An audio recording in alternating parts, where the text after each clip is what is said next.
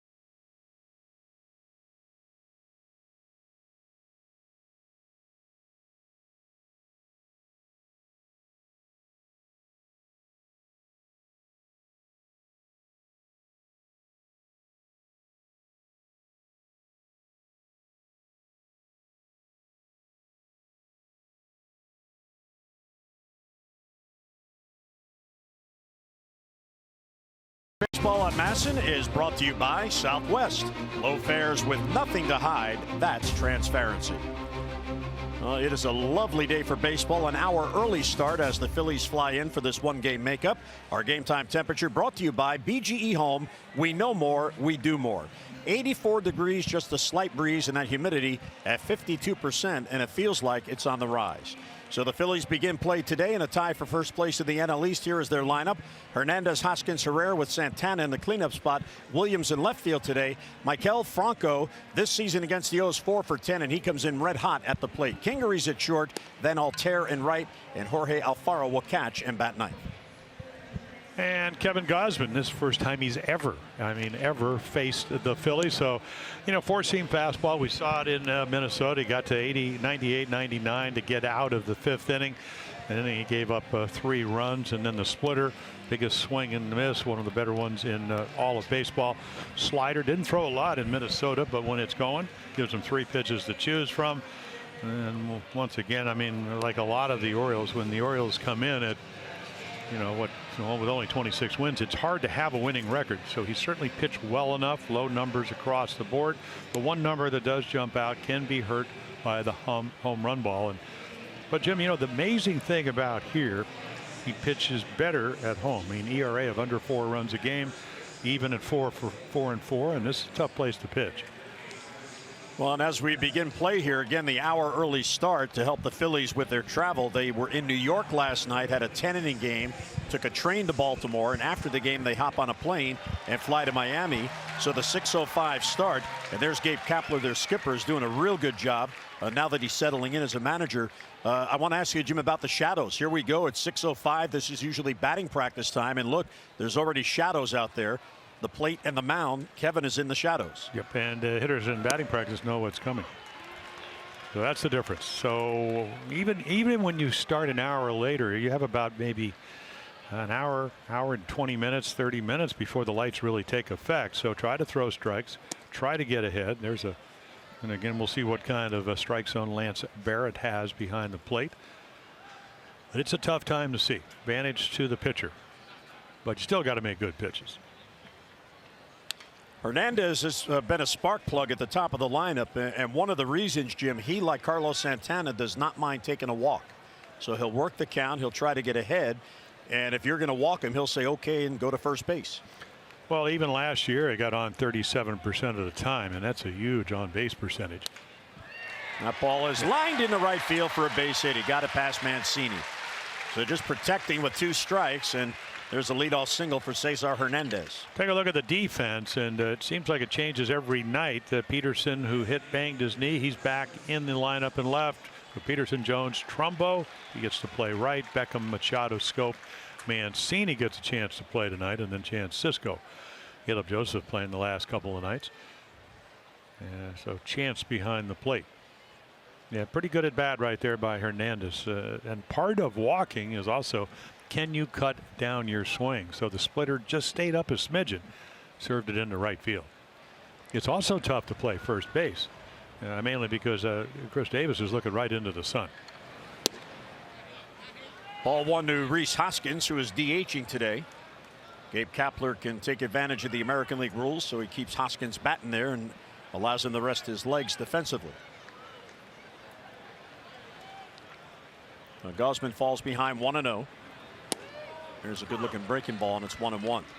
Now the Orioles starters as a group have just 1 win, in the last 18 starts, but it belongs to Kevin Gausman.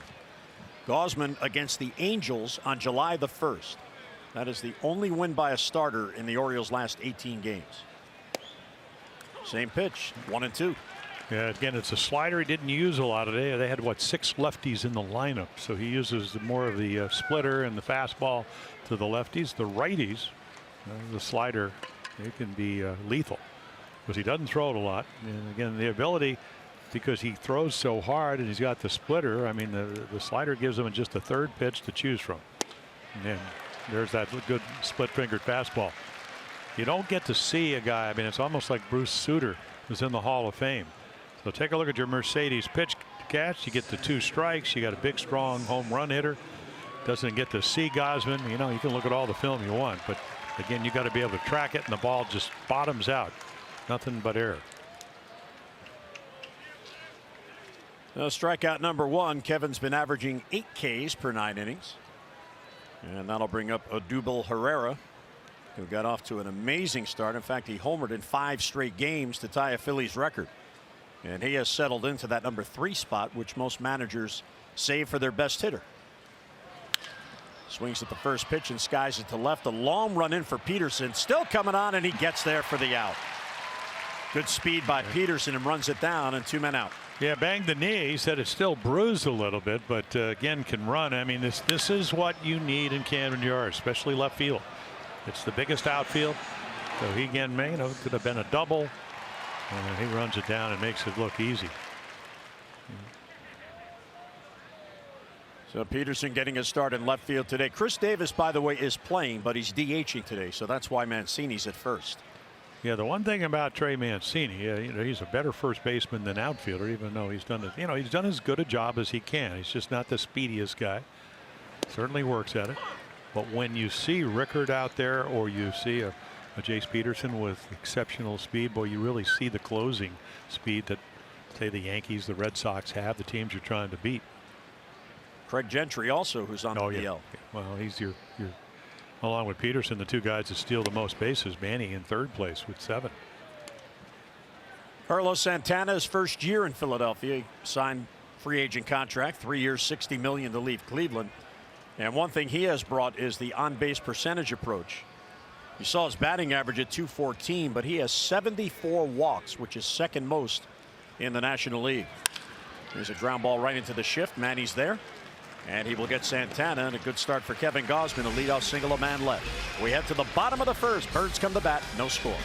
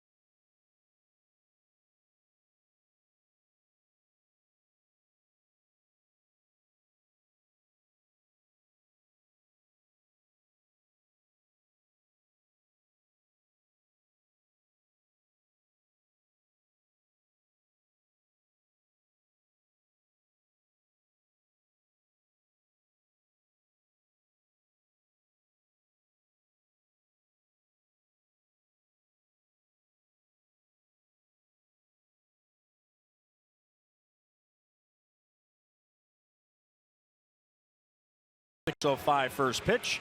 Those in Phillies in this makeup game. Here's the Orioles Southwest starting lineup. Low fares with nothing to hide. That's transparency. Beckham will lead off. Jonathan Scope with a 10-game hitting streak moves up to number 2 tonight. Then Machado, Jones, and Davis. Trumbo's in right field. Cisco, Mancini, and Peterson. So Nick Pivetta, and again, I mean, plus armed, but that's why the curveball and the slider, when he's able to use them, throw them for strikes. I was talking to John Kruk, a longtime major leaguer, does your TV. He said last year when he struggled a little bit, and of course he's been struggling lately because he's lost to his last 4 or 5 starts. Did win a game in relief, but against the Orioles he was overpowering. A couple of hits, only the 1 run, and Adam Jones home run, and then 11 strikeouts. Got everything over.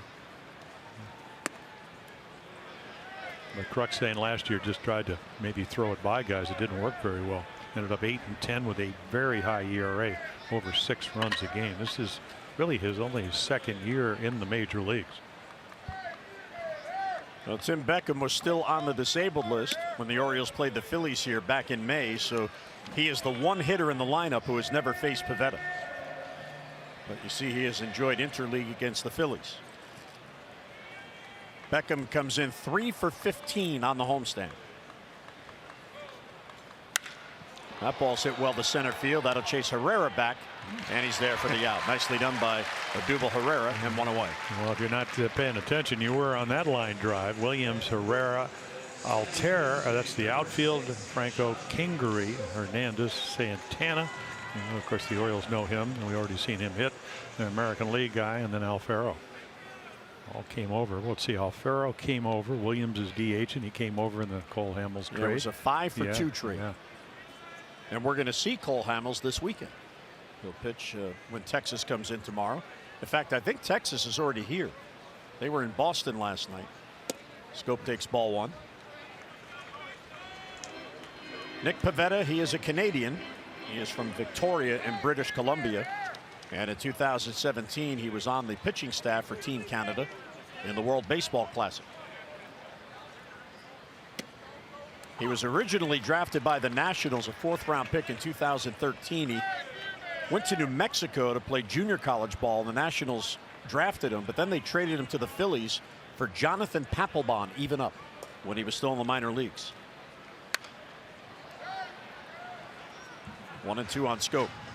And the Nationals, of course, going to the postseason that year, and they wanted a closer, somebody that was established. And kind of reminds you of what the Orioles keep talking about with Britain, free agent Rick Kranitz looking on. Well, they got some power arms, not only in the bullpen, but especially the starters. Right field, that ball's trouble, and it's foul. So Jonathan, Jim, continues to use right field. Behind in the count, he just goes with the pitch. Well, we talked to him after the game-winning against the Yankees when he hit it pretty much on the ground, but in this direction, and it got by Greg Bird. And he said, I'm a little more patient. I mean, obviously that changes when you get the 2 strikes, but he talked about taking the first pitch night before last off of Betances. And I just said, hey, well, what about 5 weeks ago when you were struggling? He said, never. I mean, you're just trying to get as many swings as you can. So getting better pitches to hit, not missing them, more patient.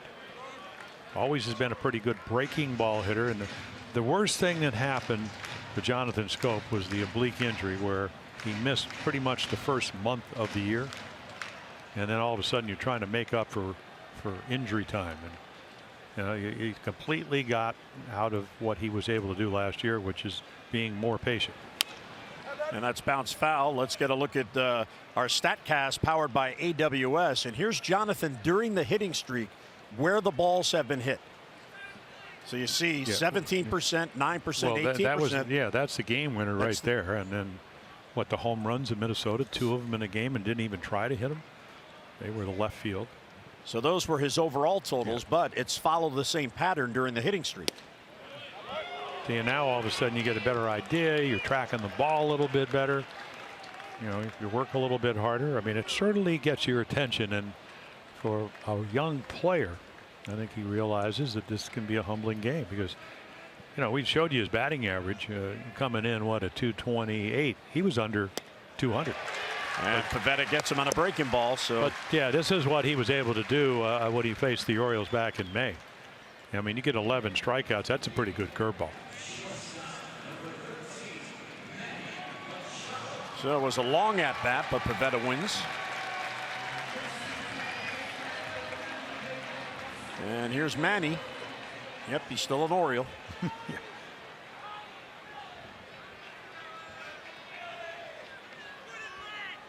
Every hour there's another rumor. And of course that won't cease until something is done. But if you're Dan Duquette and the Orioles, you got to love what's going on, because every day it seems another team picks up the phone and calls. At least that's what we're told. Well, that's what we're reading. And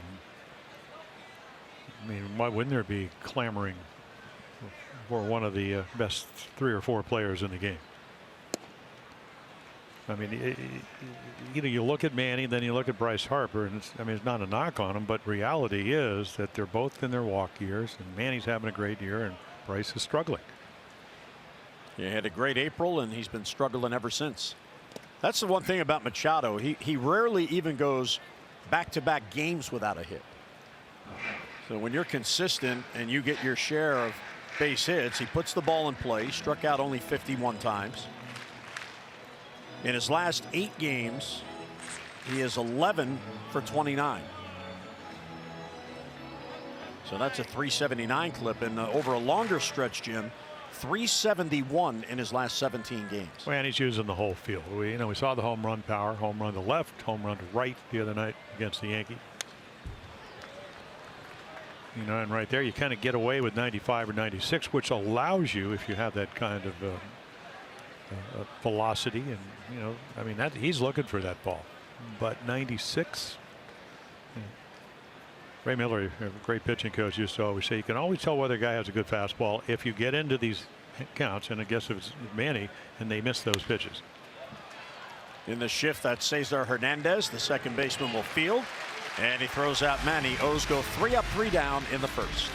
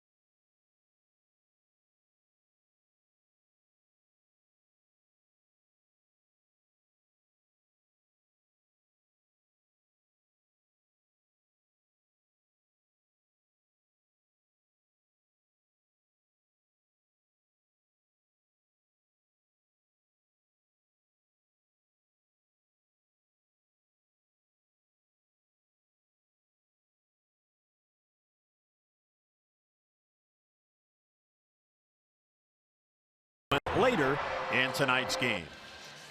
No score. Phillies got a leadoff single by Hernandez. Gausman retired 3 in a row as Kevin looks for his 5th win. His last win was the last win by an Orioles starter July 1st against the Angels. You can't get much better than that start, Jim. 8 innings, 2 runs on 6 hits. Well, one of the other reasons you can't get a whole lot better than that start is the fact they hit 3 home runs. So you pitch well, you go long, and they score. Yeah, and they score a bunch of runs. And here is Nick Williams, who Jim talked about, part of the package the Phillies got back for Cole Hamels. And Gausman getting ahead. That's a good sign. Well, you see 91, and we will see as the game progresses that he has the ability to get, into the upper 90s. And we saw that the other day. So there's 91, 93.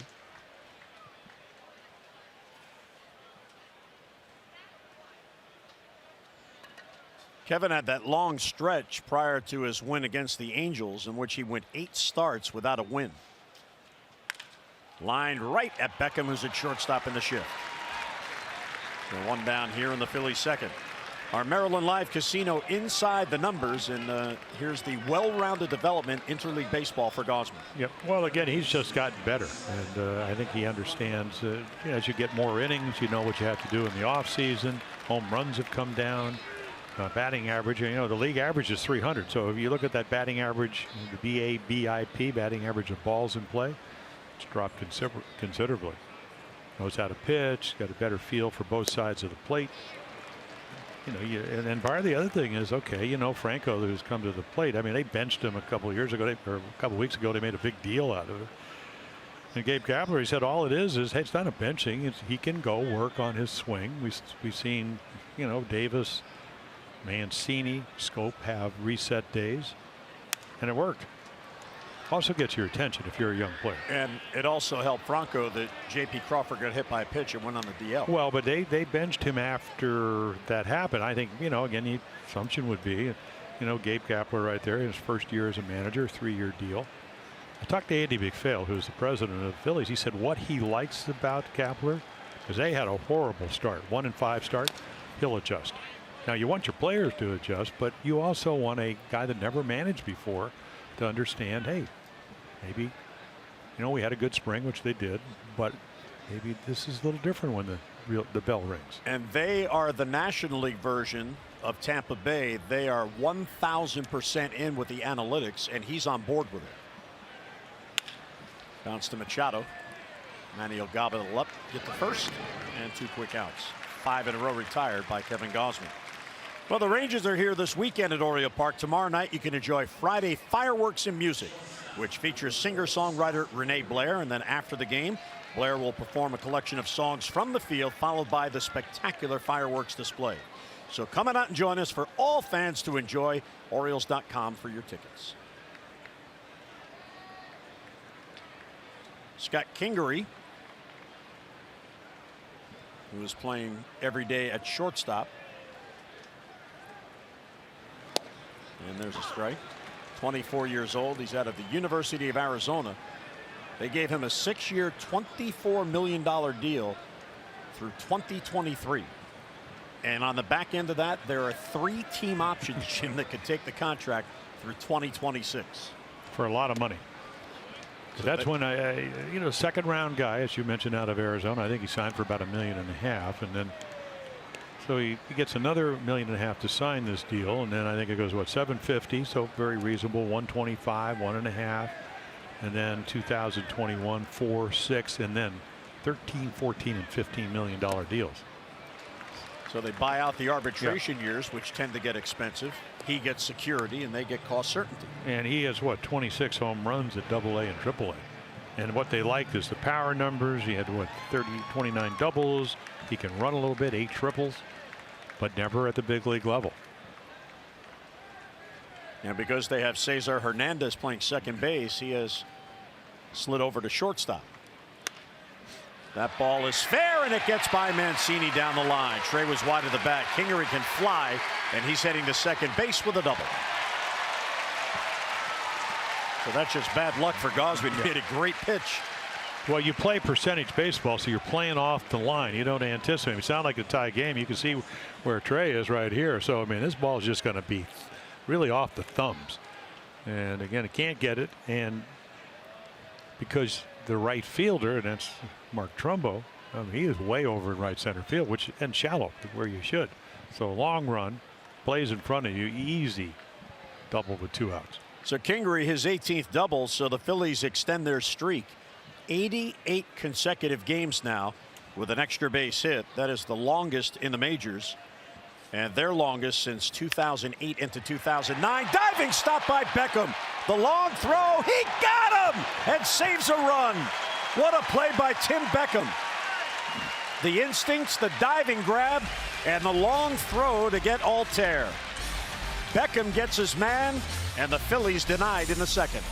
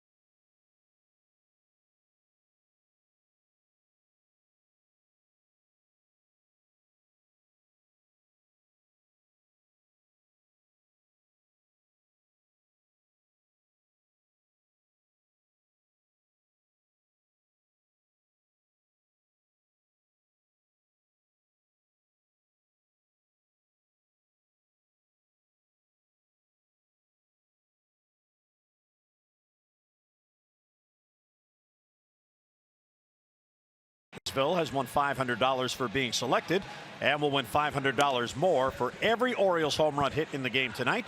You can play Home Run Rich's scratch-offs and win up to $50,000 or enter those non-winning tickets for a chance to be the contestant of the game. Visit mdlottery.com/home run. So Beckham, Jim, made the play and he saved the run. Yeah, a little slider that stayed up, and you know, the one thing that Altair does, he's got what, a 207 hits or something like that, 92 for extra bases. Bobby Dickerson talking to him. Here's a high slider, so it speeds the bat up, and he comes out of nowhere. And watch this throw. I mean, he just gets up and heaves it, and right on the money. Mancini, nice stretch. So no run out of the inning. See, Bobby had a big smile on his face. He probably told him exactly as I told you. No, that's but he does. How you do it. You know, I was talking to Bobby, and we've seen Tim instinctively do some things that maybe he shouldn't do, make throws and whatever. And Bobby Dickerson said, "Listen, he's willing to get better, and that's my job." So take a look at it through StatCast. Yeah, take a look. I mean, this ball's belted. A nice, great jump. Feet are set as the ball gets into the hitting zone. Otherwise, you're not able to go to either your right or your left. And so again, when you're not scoring a lot of runs and you're Kevin Gausman, can I take you to dinner? Well, after the All-Star break, that could be arranged. Adam Jones in the cleanup spot today. He is 2 for 13 on the homestand without an RBI, and of course he still has the home run drought going. Now 135 at bats since his last home run, which was on June 2nd right here against Masahiro Tanaka and the Yankees. He also now doesn't have an RBI since the 4th of July in Philadelphia, which is 30 consecutive at bats. It's going to be a tough play for Franco. Throws on the run and off the glove of Santana. And Adam Jones is on. Yeah, Wayne Kirby, first base coach, says points right here. So nice play, and then it could be into the runner just enough. We've seen Santana actually, you can see it just tails. And of course, if you're Carlos Santana, you're thinking, well, I got Adam Jones coming down. So you drop your arm a little bit. Should have been a ball you would think he would catch. But what he's trying to do, well, why did he come off the base? Well, if you come off the base, the runner's going to be safe. So you're trying to stay on the base and still catch the ball. So I would think the error would go to, if it's going to, and that should have been, they're going to give it to the first baseman, but that's not a good throw. He had more time than I think that he thought he did. Here's Chris Davis DHing today. So now you have, well, I mean, you still have maybe from the release point from Pivetta the sun. But the sun certainly affects the second baseman, the right fielder here as the sun goes down to Camden Yards.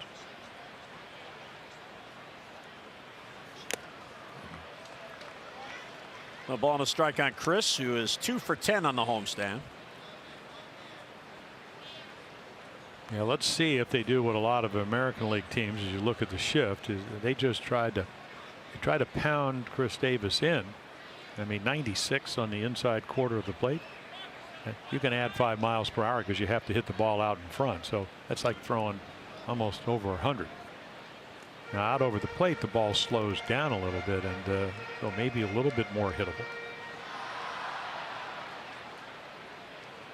That's very good spreading the ball around for Davis.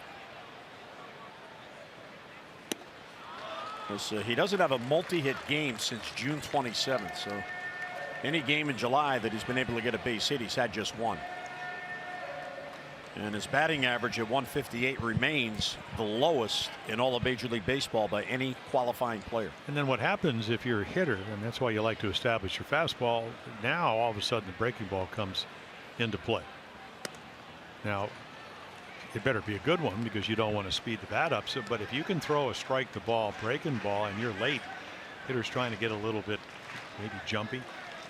You don't see the ball as well as you would like. Well, 2 balls and 2 strikes. With Jones on at first. Orioles trying to take advantage of the error. Good take, ball 3. Yeah, they're I don't know who their advanced scouts are, but to try to pitch him away versus, and that's how he's missed. So the 1 and 2 is now 3 and 2, and Now you certainly with nobody out want to walk him with Adam Jones. So he should get a pitch to hit here.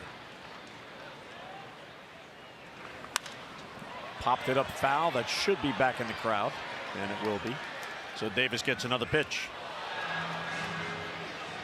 Yeah, the swing for Chris is better, but again, if you look at, we get the leaderboard, inside pitches in the lowest 3, low pitches lowest 3, secondary pitches lowest 3. I mean, still a work in progress.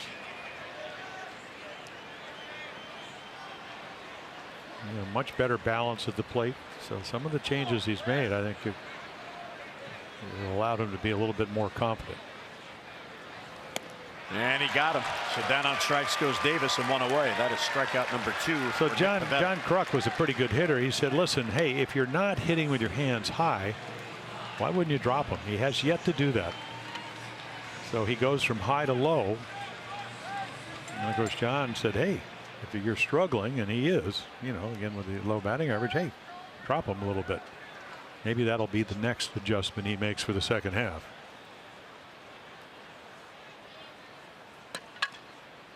Mark Trumbo now with Jones at first, and he'll swing through a breaking ball.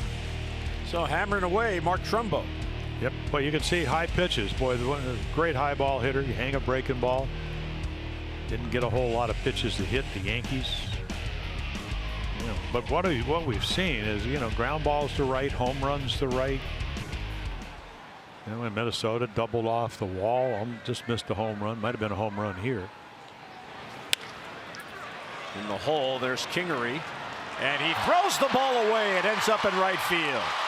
Second error of the inning, and the Orioles have first and third with 1 down. So in his haste to get a double play, it cost him even 1. Well, you're a young player, like we said, AA, AAA last year. It's pretty routine if you make a good throw, because primarily you'd better get the lead runner. I mean, you're tied for first place. That's what good defensive clubs do, and they've already given him now in this inning 2 extra outs. And let's see. And of course, this is a guy that only gave up 1 run in 7 innings with 11 strikeouts back in May. And what it does, it opens up a hole. Trumbo's not going to steal any bases, but they're going to hold him on. I mean, you would think they'd maybe play 2 steps into the hole, but Santana, I mean, he's going to really be on the bag. So there's a nice little hole in the right field for Cisco. And he'll take strike 1. Cisco back in the starting lineup, only his second start in the Orioles' last 6 games. Trying to break out of an 0 for 14.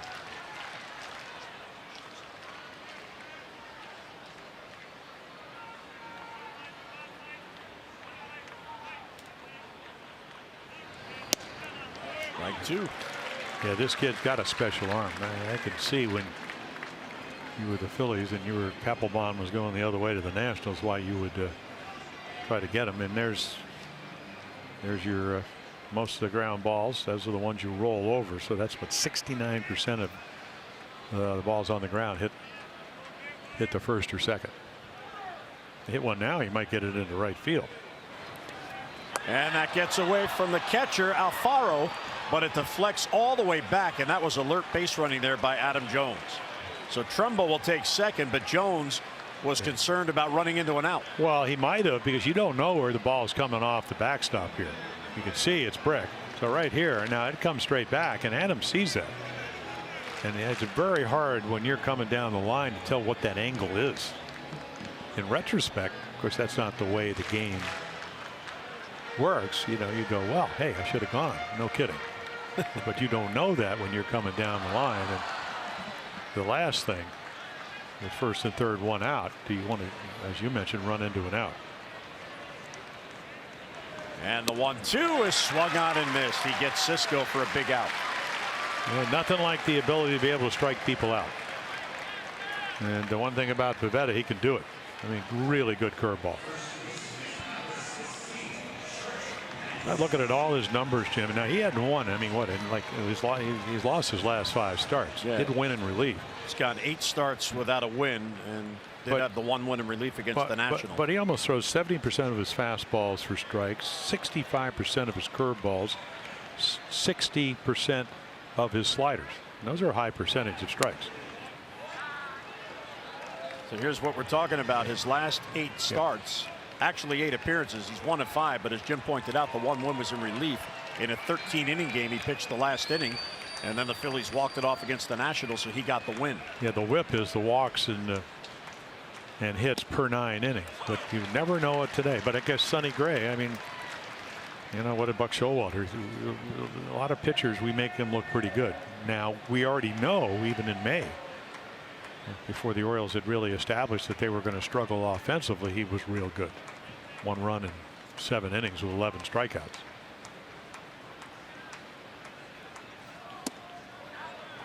Mancini a good take, 2-1 the count. Trey is 0 for his last 13 and just 2 for 27 in his last 9 games, so he is certainly due. Well, he's been working at it. He goes down and tracks pitches. He's doing everything you possibly can to get better. But one of the factors at 5 for 61 runners in scoring position is it's hard to relax. And he'll be the first to tell you. I know that I need to relax more, but it's hard to maybe convince yourself of that when you're struggling to the magnitude that he is. Second and third with 2 down. Bounce right to Franco at third. And Pivetta pitches out of it, so the Orioles can't take advantage of the 2 errors. They strand 2 in scoring position. We head to the third. No score.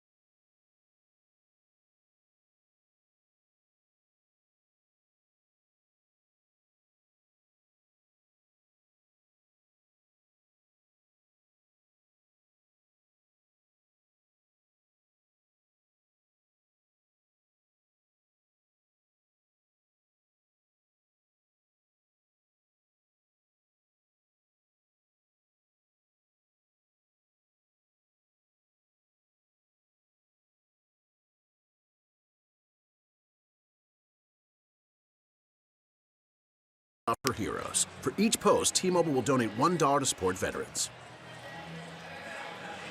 What a beautiful day. It is warm, but it is lovely. Nice summer. Well, there's a breeze, late afternoon, early evening, and a lot of families out here taking advantage of the 6:05 start. Did we have our humidity report? So about around 50. Oh, yeah. 52. So that's actually pretty low.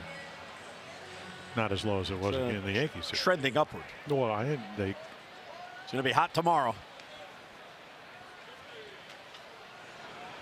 Let's hope it's nice weather for the All-Star break. Well, you'll have nice weather. You're going to paradise, Southern California. Here's Jorge Alfaro, the catcher. Paradise. And he finds the hole, and there's a base hit. So a leadoff single, second base hit for the Phillies. Don't forget, the Rangers are here this weekend. Orioles will host Texas over the next 3 days. And on Saturday, which is July 14th, it is Celebrate Maryland Day. First 35,000 fans 15 and over receive an Orioles Maryland flag script replica jersey presented by Morgan State University. Get your tickets at Orioles.com, and as you see, it is a good-looking jersey. Yes, it's replica, but it looks like what the Orioles will be wearing on Saturday night. They will wear jerseys exactly like that. There's Cesar Hernandez, who singled leading off the game. Close pitch, ball 1.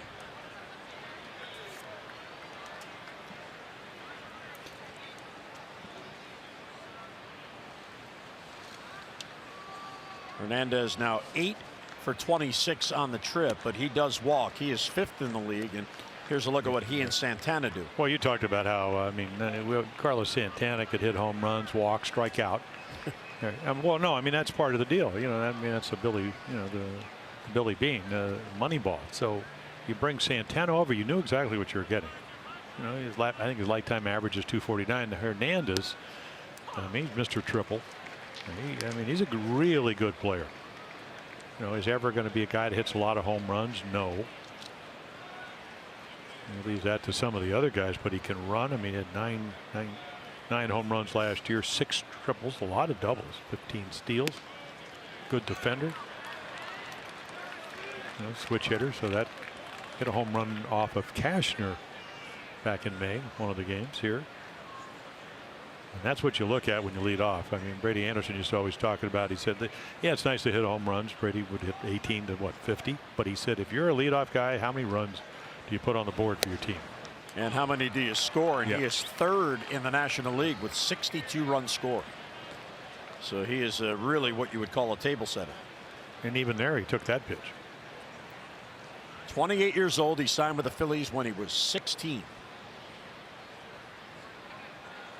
Runner doesn't go, and the pitch is slapped foul the other way. Yeah, it's amazing when we see so many players, you know, international players out of Latin America. Yeah, I mean, he got to like 2,400 at bats in the minor leagues, Jim, and that's a ton of at bats.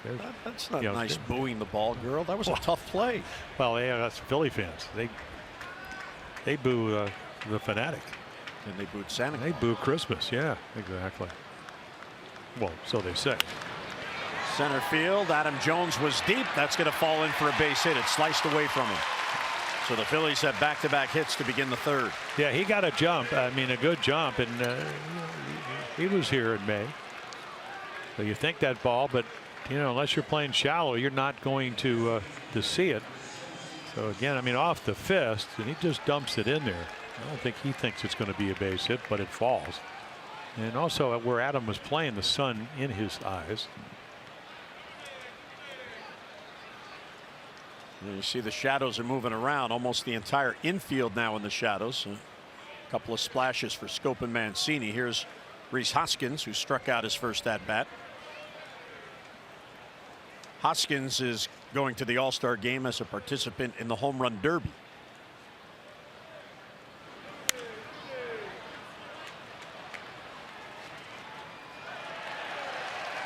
One of the fine young players, just his 2nd season.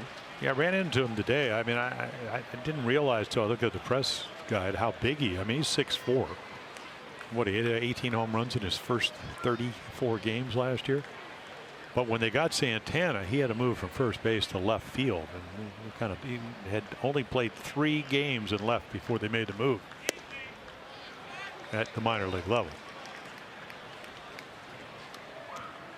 Well, if you can hit, they'll find a spot for you. Gausman trying to get out of this jam here with back-to-back singles to begin the 3rd, and Hoskins certainly would go to left field to stay in the lineup, and they wanted his bat in the lineup.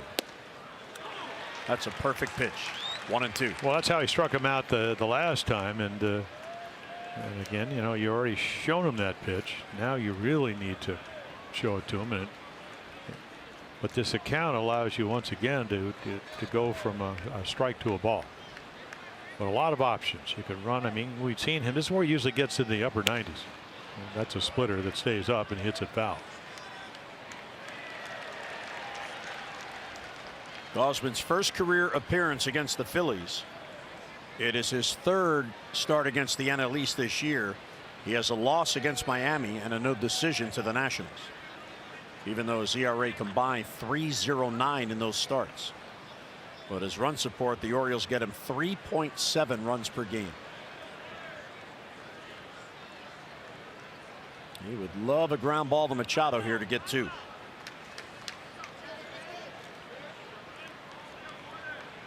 Hoskins is 25. He's from Cal State Sacramento.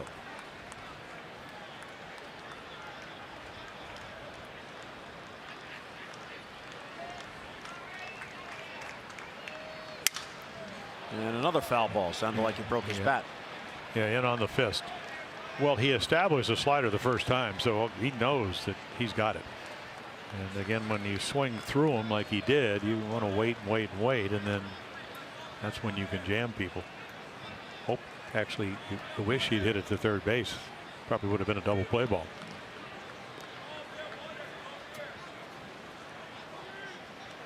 As Jim mentioned, Kevin has allowed 18 home runs, but the only thing about that, 13 of the 18 home runs have been solos. And there's a Hall of Fame pitcher who likes to say, if you're going to give him up solo. Yeah, well, unfortunately, there's runners at first and second, so he needs a double play ball or a strikeout. Popped them up. Scope out. Mancini out. Here comes Trumbo. Jonathan says, I have it, and he does. So one away, and that's a big out for Gausman. Our PNC Minor League Insights brought to you by PNC. There's no better time to act than today. PNC make today the day. And how about that showing last night in the AAA All-Star game for DJ Stewart? Oh, under the spotlight. Former #1 draft choice back in 2015. Well, I mean, every year the numbers have gotten better. I mean, last year over 20 home runs, stole some bases. You can see the numbers this year, you know, as he moves up to AAA. And that is a tough ballpark to hit home runs in Norfolk. Yeah, he used to go down there for some fundraisers. Now they brought the fences in a little bit, but it's right on the ocean, so the wind blows in favor of the pitchers. The grass looked like, what did Mickey Tettleton say about Camden Yards when? It's going to be a tough play. Gausman gloves, tries to race to third and doesn't make it. He might have been better off letting Beckham play that, because Beckham was right behind him and was going towards first base. So that'll be an infield hit. Yeah, I think he assumed. I mean, look how you got to know where your infielders are playing. So this is a routine play for Tim Beckham. But the minute you don't understand that, and he doesn't, I mean, take a look right here. I mean, he's coming in. I mean, he's going to catch it. You're going to get it out, even though Herrera can run a little bit. You're still going to have runners at second and third, but you're going to have that second out. Now, you only have one out, and the bases are loaded, and you hope he didn't get hurt. Yeah, I mean, very athletic play, and there's no doubt about that. Kevin Gausman is an athletic guy, but again, it's just it's like the ball up the middle where you don't know where your infielders are, and you try to deflect it when it's hit softly, and it's a routine ground ball. That's what that would have been. Faro, Hernandez, and Herrera third to first for Carlos Santana, who grounded out his first at bat. Line drive to left field. There's a base hit, and the Phillies get the lead. Here's Alfaro to score. 1-0 Philadelphia. It almost looked like a slider. We very rarely ever see. Maybe it was a splitter that stayed up, but Kevin Gausman throw a breaking ball to a left-hander. Yep, it's a breaking ball, and it doesn't do much. I'm sure the intention was to try to get it to have tilt and come down, and he just pings it over to Peterson.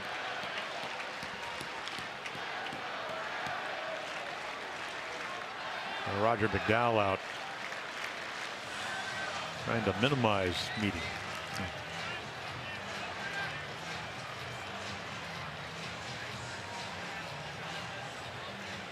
Yeah, it would have been a tough play on the prior base hit for Beckham, but Beckham was in good position and his momentum was going towards first base. So even though the runner still would have been at third, there would have been 2 outs. Yeah, I mean, if you go back and look where he was playing, it would have been actually, for him, it would have been an easy play because he was playing so shallow. So what is a swinging bunt normally because of his defense? And then again right here, it's just a breaking ball. Peterson, you see the spin on it, kind of sliced it. Almost went by him.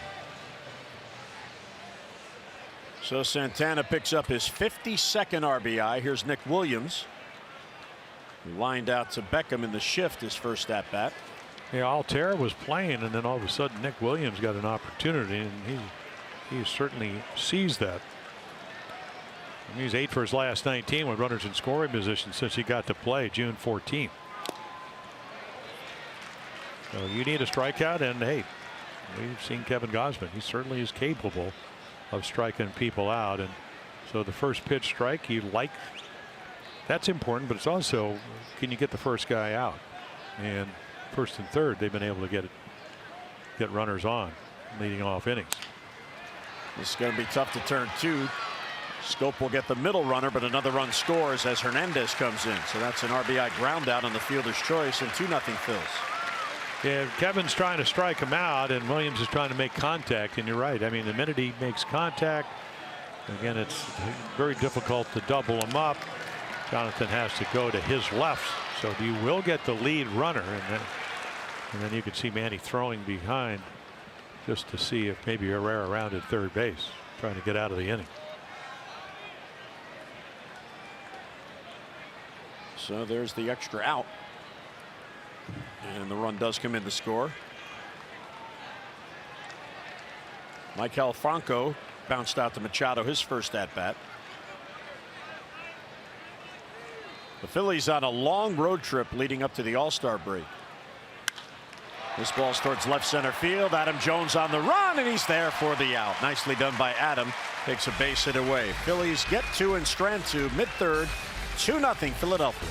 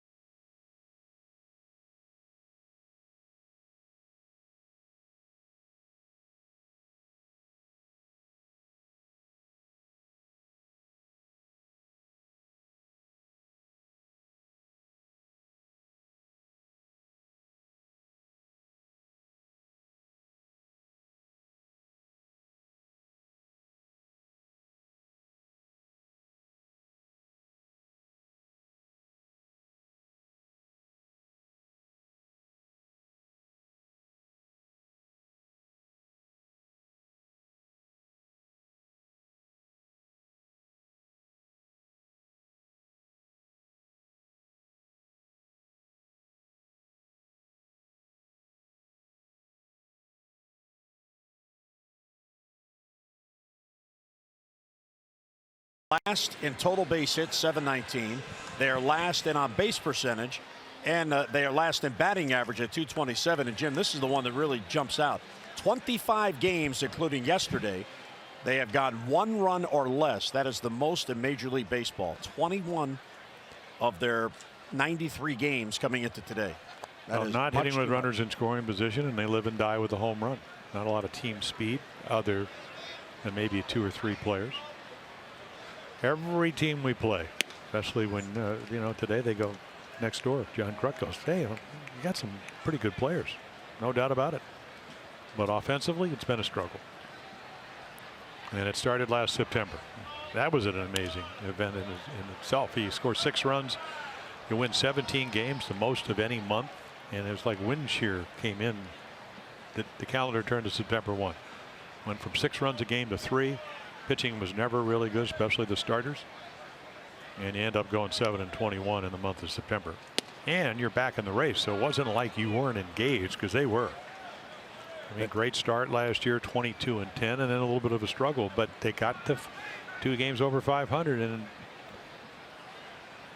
you know, hitting well into the 290s with runners in scoring position. 220 the last month. This year, 211. And I don't think there's really. I don't know. I have no idea what the answer is. I mean, you can look at, okay, the league is adjusted. These guys hit fastballs, so throw them breaking balls. Is it that easy? And there's a leadoff walk.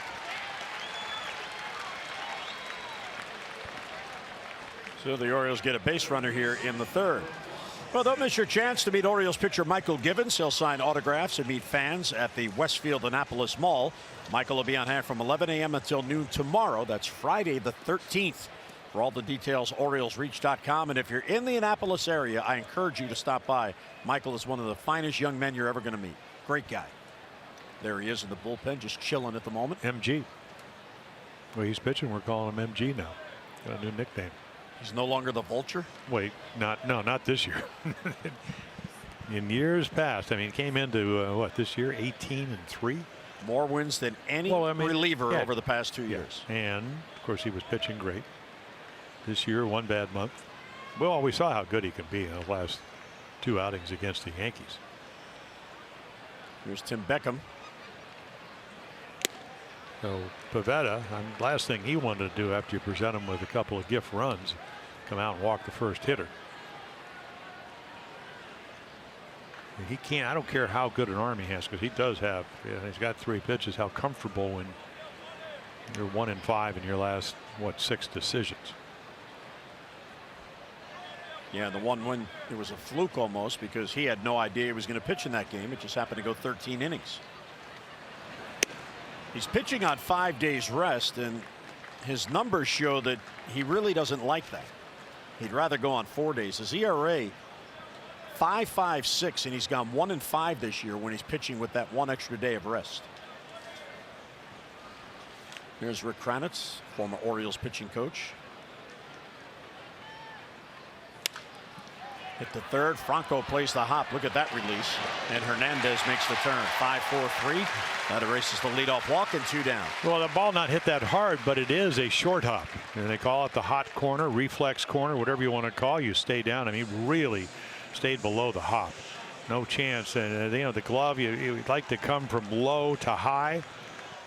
I remember Brooksy saying, Brooks Robinson won 16 straight Gold Gloves. He said, Jimmy, when I first came up, I had trouble staying down on the ball.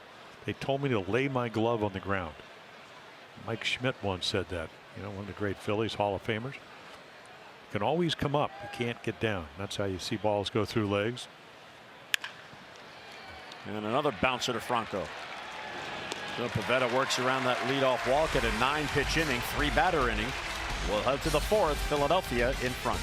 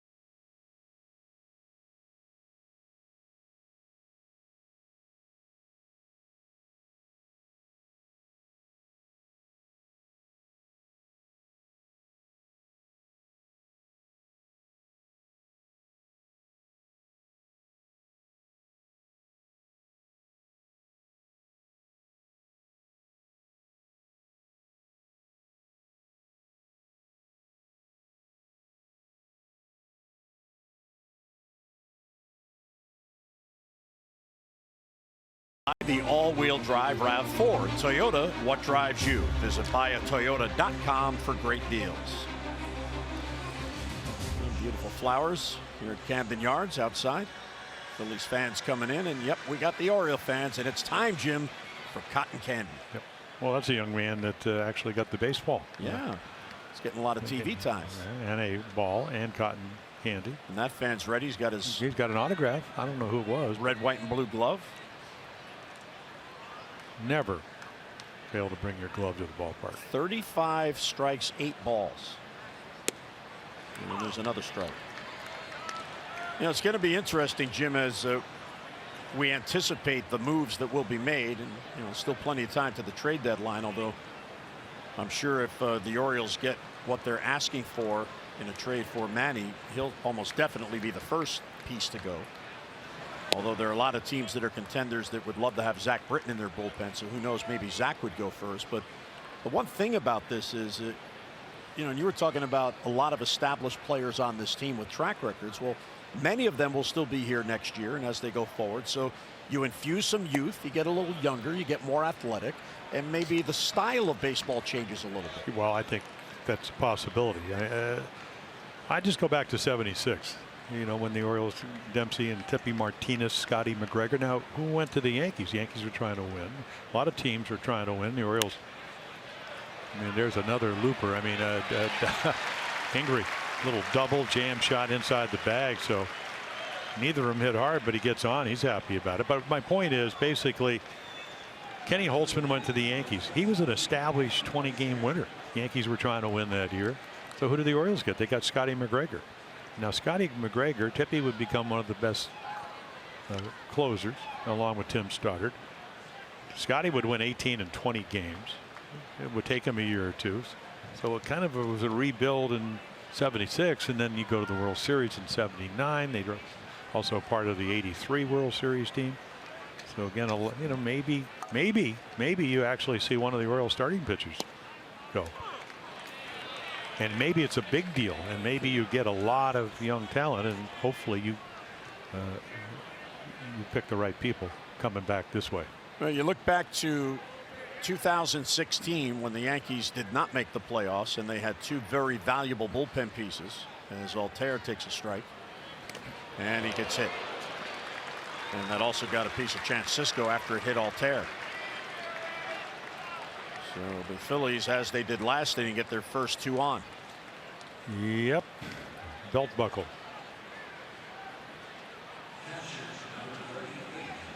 He doesn't hit a whole lot of guys. Maybe a little bit of the uniform. So the hit batter puts two on. But in 2016, the Orioles watched the Yankees trade Aroldis Chapman to the Cubs. They needed a closer. They eventually would win the World Series. And they traded Andrew Miller to the Indians, and they got back 4 prospects in each trade. And then last year, 2017, they were right back in the playoffs because the final 2 months of the 2016 season, they brought up Aaron Judge and they brought up Gary Sanchez. They got some experience, got their feet wet, as they say, and all of a sudden last year they were right back in the playoffs. They had to go the wild card route, but they went to the ALCS and they went to Game 7 in the ALCS. Well, they went from 84 wins to 91 wins. And Joe Girardi was a manager, and of course he wasn't asked back. But when they dumped, for all those young players, they still played. And then Beltran also left. He went down to Texas. Yeah, there we go. That's going to be a pass ball. So again, you're always trying to make your club better, and you need to get young players. Gleyber Torres. Take a look right here. That's a pass ball. It doesn't matter how they score it. They scored it a wild pitch, but that's a ball that you have to block. It's a blockable ball. It's a slider that didn't bounce, and either way to get the runner to second and third. So I think about '88. What happened in '88 after the Orioles lost 21 in a row? Who'd they trade for that year? Brady Anderson. So you're always trying to get better. Devereaux came the next spring. A couple of years later, you were, pretty competitive club. Well, there's some excitement if you look at the minor league players, Jim, that may get a chance this summer after moves are made. Cedric Mullins has earned his way here. Look what he's doing at AAA. And I love what the Orioles are doing in the minor league system. They had Cedric at Bowie. He was playing very well there, and they said, okay, let's see what you can do against better pitching, more experienced pitching. And he got off to a tough start at AAA, and then all of a sudden he tore it up. That ball's hit well. Trumbo back, and it's over his head. And that's going to go all the way to the wall. 2 runs are going to score. Here is Kingery in, Altair is in, and there's a 2-run double for Jorge Alfaro, and it's a 4-0 Phillies lead. Well, a little slider that stays up, and then I don't think Trumbo saw it. Obviously when Mark plays right field, you're trying to get offense in the lineup. It's a pretty good approach. Alfaro already with a single this way. And right about here, I think he's going to catch this ball, but I just don't think he sees it. You know, we know on games that start at 4:05, 4:30 that you're not going to see it. And then he's tracking him. He has no idea where it is. I don't think he may not have caught it anyway. But if just imagine you're trying to take a straight line to where the ball's going to come down. If you can't see it coming off the bat, how do you do that? No matter if you're good or bad or mediocre or average outfielder, pretty much impossible. Strike one to Cesar Hernandez. And now what Cesar ought to be doing is, and he probably will, hit a ball to the right side. Because you're going to have to play your infield in again for Hoskins, who's on deck.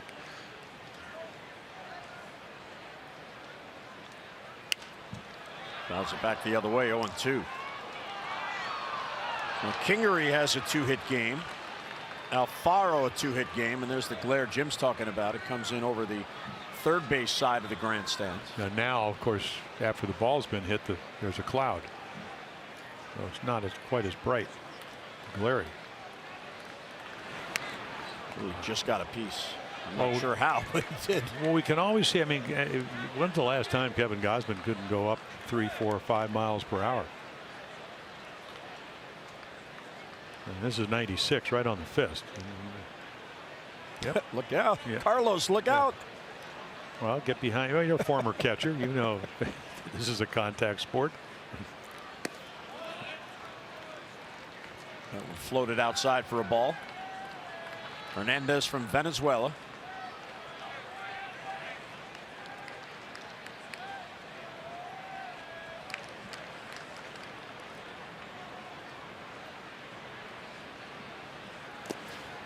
Nice block there by Cisco. He wouldn't chase the splitter. Now 2-2 on Cesar Hernandez.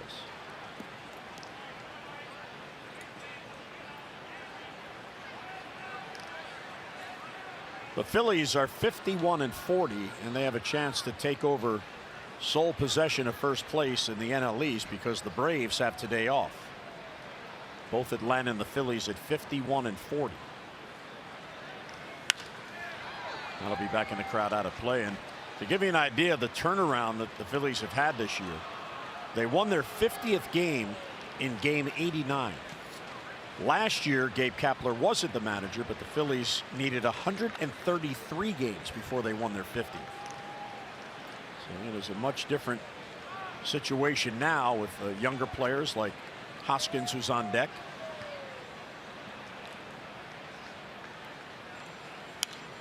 Another foul ball.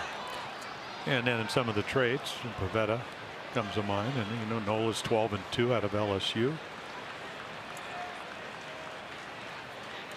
They mature.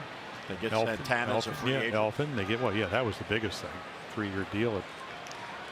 There's Nola on the left, Rick Kranitz on the right. Pitcher. Yeah. He's got a chance to start that game. Yeah, the splitter. Maybe not quite as good as we usually see from Kevin Gausman. And then the luck factor. Yeah, the leadoff hit by Kingery was just a bloop. Well, the double was too.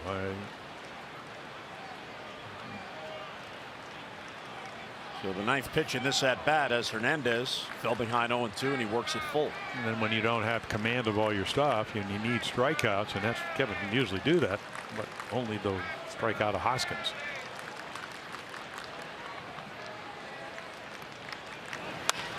That is foul, ripped sharply. There's 96, and that is a real. When you have a good swing, it's short. And that ball's 96 on his fist, and what did he do? He pulled it foul.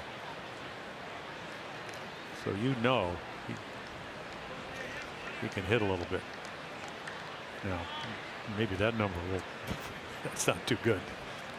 That's a hard number to rationalize right there. But we told you how much he walks. And so the first walk allowed by Gausman, and he was ahead, no balls and 2 strikes to Hernandez. Well, this Sunday, July 15th, the Oriole Advocates will conduct their 2018 cardboard to leather equipment collection. It'll be during the 105 game against Texas. Fans are encouraged to bring out new or gently used baseball equipment, and that will all benefit underprivileged youth in developing countries. For more information, visit OriolesReach.com. The Advocates do a great job with that every year.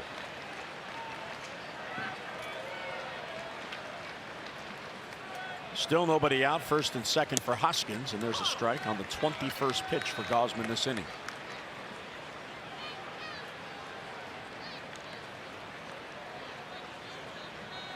Hoskins struck out in the first, popped up the scope in the third.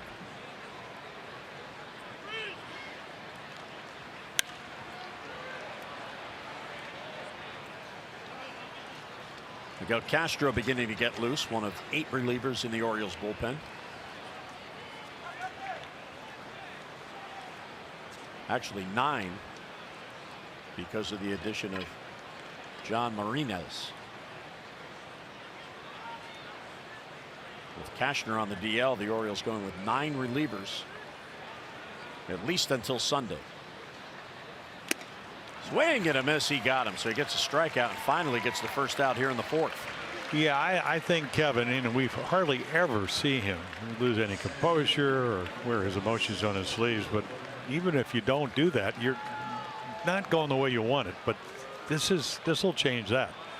We talk about the ability to go to another level with his fastball. And Hoskins is a pretty good fastball hitter. No chance at 96. Now, I think he's already given up 4 more runs than he wanted to.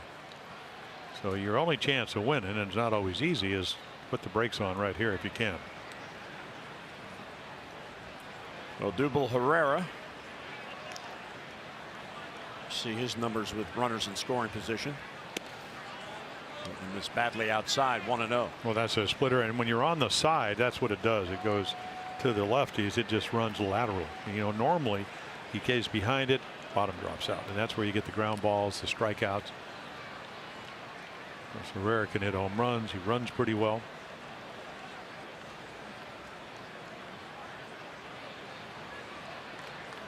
Double play ball can get him out of it. Foul back. Now, Odubel Herrera, talk about a start to a season. He's the first center fielder for the Phillies, Jim, to have 15 home runs and 50 RBIs before the All-Star break since Willie Montañez in 1971. That's how long it's been. That's an amazing run. Oh, I know Willie from Puerto Rican Winter League. He could flat out hit. Ball and a strike on Herrera. Lays off the fastball. We went up to play a boys club game on the way to Boston once. In charity, we used to do it. We go up there and play boys club baseball game against the Phillies. And the late Dave Boswell comes in, and I was trying to pump him up, and I take his jacket. He goes, "If I don't choke, I got him." Well, Montañez hit the tarp in center. Joe List went in the upper deck. The only out was a line drive to Davey Johnson. Ground ball. Mancini gloves. He'll take the sure out at first base, and that was a wise decision. He didn't have his feet beneath him. He was about to slip, so 2 down. Nicely done by Trey. Yeah, I mean, it saved a run or 2. Again, your spray charts right here. I mean, he can play. He's a very good first baseman. Just seeing if he had a chance to maybe get the lead runner, but so they will get another 2 runners in scoring position. His feet slipped just ever so slightly, but then he recovered. So Montañez, he could flat out hit, and apparently so does Herrera. Yes. First one very since much so. Montañez. Well, here's Santana, 7th batter to come up here in the 4th inning. Yeah, and I think you really have to make a decision. You know Santana because a lot more than you know Nick Williams, who's on deck. And a lot of times you don't want to walk the bases loaded, but you're down by 4. You know him. He's a better hitter with runners in scoring position. He's a more disciplined hitter. You don't want to give in to him. So you make your pitch, and that's right. I mean, right on the corner. Whether it's the splitter, in that case it was, or you pitch around him and you get the next guy. Because you cannot afford to give up another base hit here. Roger McDowell looking on as Gausman is about to throw his 30th pitch here in the 4th inning. A little bit low, 2-1. And again, Santana, not a lot of at bats. What, 7 coming in, 2 hits. Well, we saw what it was, 30. Dylan Bundy was saying 37, 38 pitches the Yankees had. Into the shift. There's Scope in right field. And Gausman will get out of it. So after all that, only 2 runs for the Phils, but mid-4th, the Phillies have a 4-0 advantage.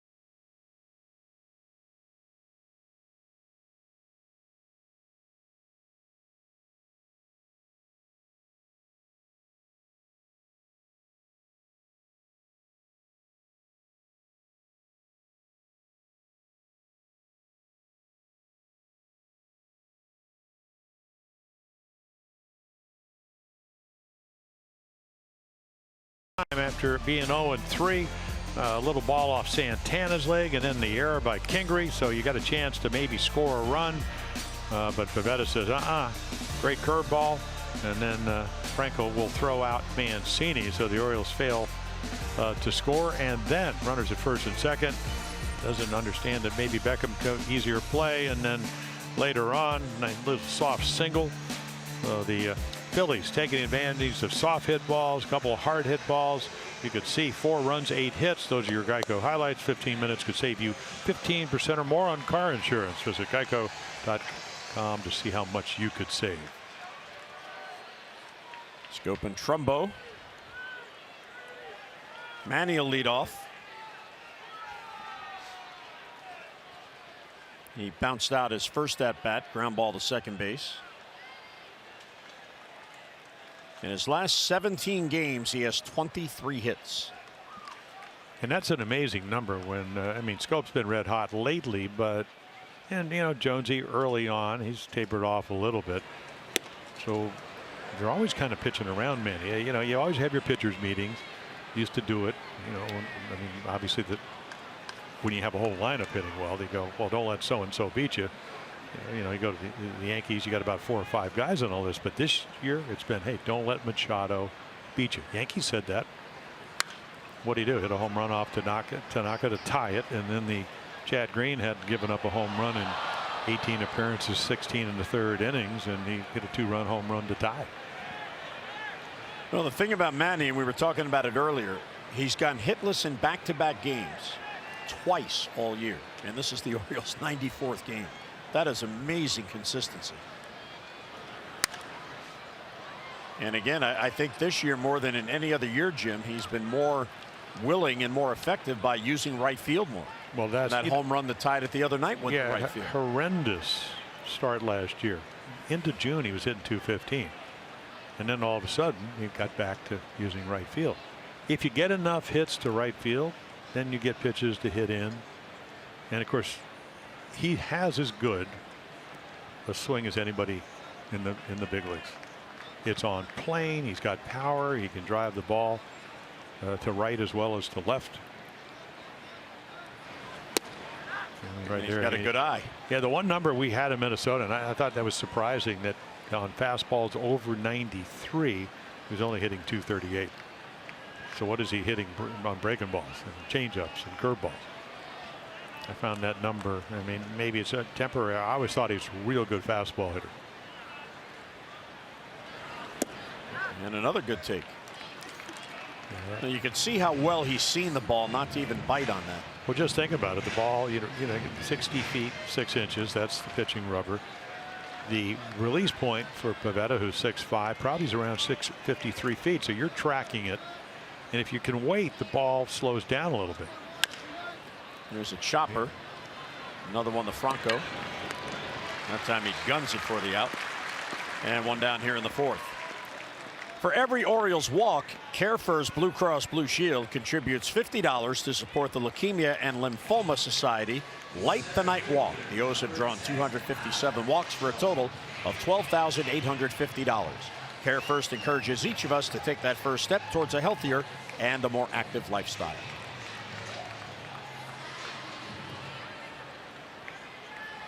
And the fans with the sun behind them, and they're happy about that. Also sharing the popcorn.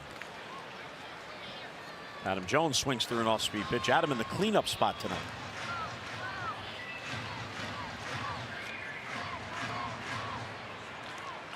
He reached on an error by the first baseman Santana, his first at bat.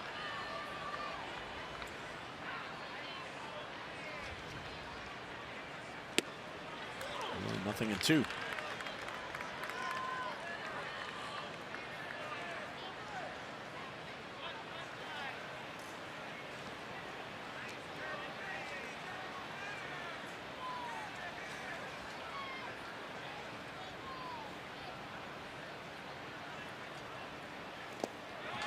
And fooled by that pitch, and he waves at it for strike three. So that is strikeout number 4 and 2 quick outs. Yeah, he's got the slider and the curveball. I mean, to me, because he's 6'5" and he throws it over about 65%, that's an amazingly high number. So you get the break, you get the change of speed, you get the location, and then you get the fact that it's 2 strikes. So if you're at him, you're trying to, you can see how far out in front. And then 6'5", pretty good high release point. Probably the vertical drop on that curveball is 3 or 4 feet. Here's Chris Davis. Ball low. Davis struck out his first at bat. Pivetta has 4, and he's averaging 10.5 per 9 innings. Well, is there anything for him to think that he's going to have a problem? Santana. Yeah, nobody's really driven a ball. Nobody's really made him think, hey, I might get knocked around today yet.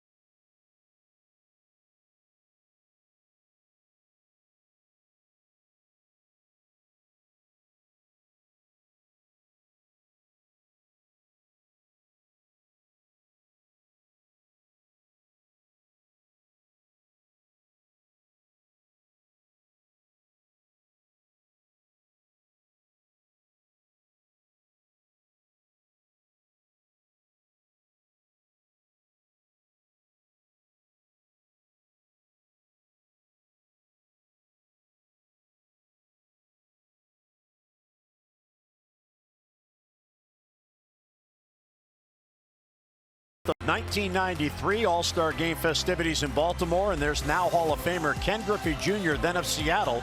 And watch the reaction of the fans out there in the flag court. They see that ball hit the warehouse. It is the only time in the history of this ballpark that a batted ball has hit the warehouse, and there's the plaque, 445 feet from home plate.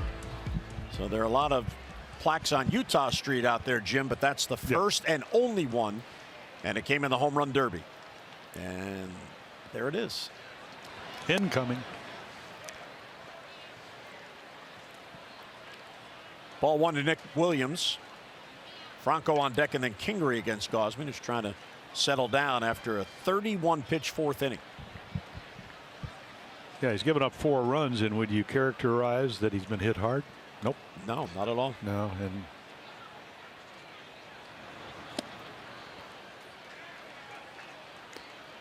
and meanwhile, of course, he's getting shut out. I never pitched a game where I gave up 3 or 4 runs and get into the middle innings, and you don't have anything on the board, and you're saying to yourself, I'm really pitching well today. It's just not the way it is. But the only thing you can do, and is just keep going. You never know. 2-run, 3-run inning. Get your outs here in the 5th. So fly ball to Peterson, 1 out here in the 5th. Orioles baseball on Masson is brought to you by PNC. Make today the day. Just a lovely day and still plenty of daylight here downtown. As we look down from overhead, you see the shift on against Maikel Franco.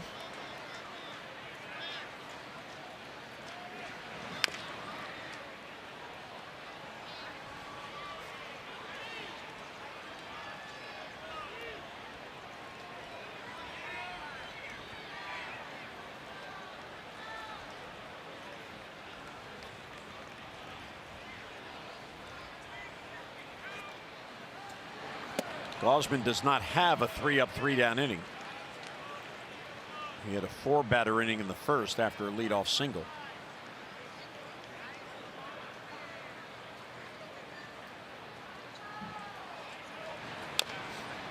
Fights it off to stay alive.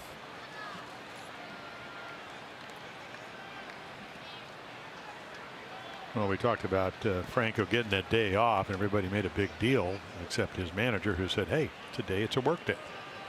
Just because you're not playing doesn't mean you don't take batting practice. You don't work on it. You don't get to actually see the game from another perspective. Beckham, the short hop, nicely done, throwing on the run.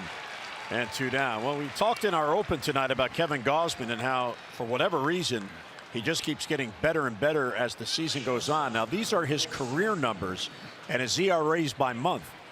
And look at that, Jim. Every month it gets lower and lower and lower. And I don't know if there's any answer to that. I don't know if he knows why, other than maybe he just gets into a groove. I'm not sure. But those numbers show that every month of the season in his entire career, and he's in his 6th season, he has pitched better and better and better. Well, he had a great spring. And again, the Twins, they had 3 home runs in his first start. And he had, gives up 6 runs. It was very uncharacteristic. I mean, personally, whether it's this year, you just don't pitch as much now in spring training as you used to. And you don't throw as many pitches. I remember Dave Wallace, who's a terrific pitching coach, a tremendous respect for him. Same with Dom Chidi. I go over there and I said to Chris Tillman, I said, hey, I guess you're going to be pitching tomorrow when we're doing the game. He said, no, we're getting a week off. A week off in spring training? It's just because I don't know, it's just different now. And it's not anything about, pitchers aren't used to the same workloads. Gausman could throw 120, 30, 40 pitches every time. There's Chris. Yeah.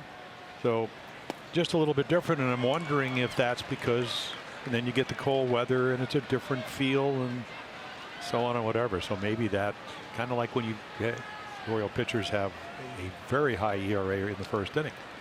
Now, is that because they don't throw enough pitches, or they're unlucky? I mean, you just don't know. But you're always trying to figure out what it is and then change it. Well, remember when the Braves had their run and Leo Mazzoni was there with Bobby Cox, their starters had 2 bullpens between starts so they could get on the mound and throw their pitches. And why was that? Feel, touch. You don't have to do hard. Be hard. It's just a matter of that. It's kind of like if you're a good hitter, you know where the bad hit is.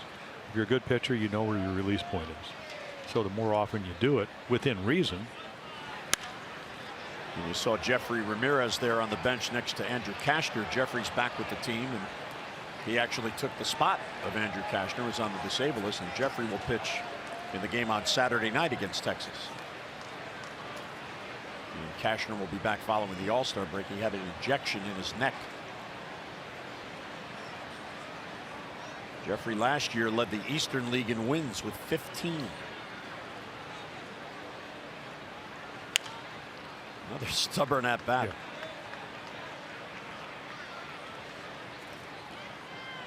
Well, Scott Kingery, not a home run guy. I mean, we saw him hit the jam shot right inside the bag for a double, a little looper for the single.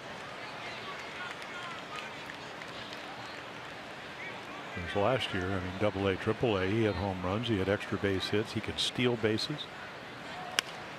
And another bloop. Back is Schoop, and he can't get there. Wow. Boy, Kingery. And Schoop is down. And you're always kind of wondering, are you going to land on his shoulder? Take a look, and trying to track it, and now. And then at least it didn't look like he hit his head. And that's where you get, it's not the NFL, and we're just barely, the head doesn't hit the turf. Yeah, it looks like it hit his glove. Yeah. Maybe just a little bit there. Yeah, real good hustle there by Schoop, and Kingery. he should go play the lottery tonight. Well, I mean, he's got 3 hits. He has yet to make good contact. Yeah, and I'm sure Trey Mancini is. How are you doing that? hey, I need a broken bat hit. What should I try? Well, no kidding. How about, try to get jammed. He's done it 3 times. 3 base hits. Where'd they go? It looks good in the box score. I mean, nobody really knows, except, of course, now when you have the MLB at bat app, you can go back and look at the highlights. Get the real truth. The rest of the story. It's still going to say 3 for 3 in the box score. But no, you're right. It's a second 3-hit game of his career. And the other time he actually had a 4-hit game. And he hit the ball hard. No, just kidding. Once. No. One time this year. There's a bouncer to Manny. He'll play it to first as Kingery was running on the pitch, and Gausman works out of it. So the 1-out single, a man left, mid-5th. O's come to bat, down by 4.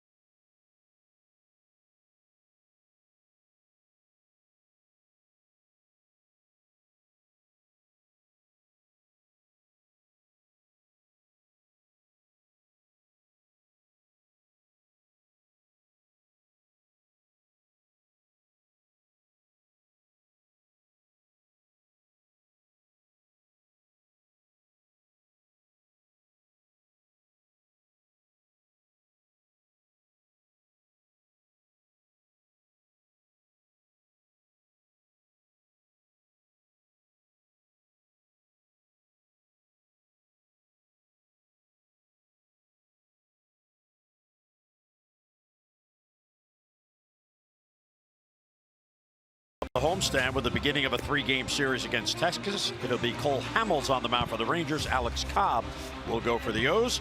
Our coverage on MASN 2 begins at 6:30 with O's Extra presented by Southwest, and then game coverage at 7 o'clock. We've got all the access you need right here on MASN. Fans enjoying baseball here on this Thursday night. The Pavetta's enjoying baseball here on this Thursday night. 4 scoreless innings. Yeah, critical inning. To win a game as a starter. As we mentioned, it's been a while since he's won as a starter. Got to get through the 5th inning. 4-0 lead.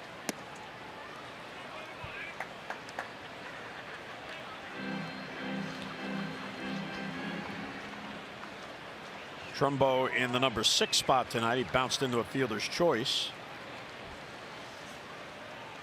On a play, there was a throwing error on the back end.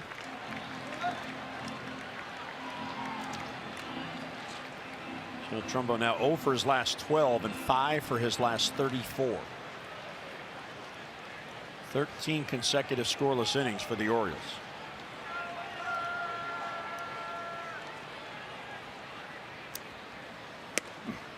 One and two. Well, the guys that can get their breaking ball over and not hang them, they give Mark Trumbull trouble. And most guys have trouble hitting the breaking ball. And maybe that's the league has adjusted. You got to wait. You got to be able to use the whole field to hit a breaking ball. You got to have a short swing. Sometimes you got to look for it early, and you can't do it with 2 strikes. And then give him credit. Good pitch, hanging slider, but it threw it hard enough where he swung through. And then watch this. Look where the glove is, and he rides it right out of the zone. So perfect pitching. And then that's a ball that if you reverse the counts, you take it. But with 2 strikes, I think you can hit it, and it's hard to do.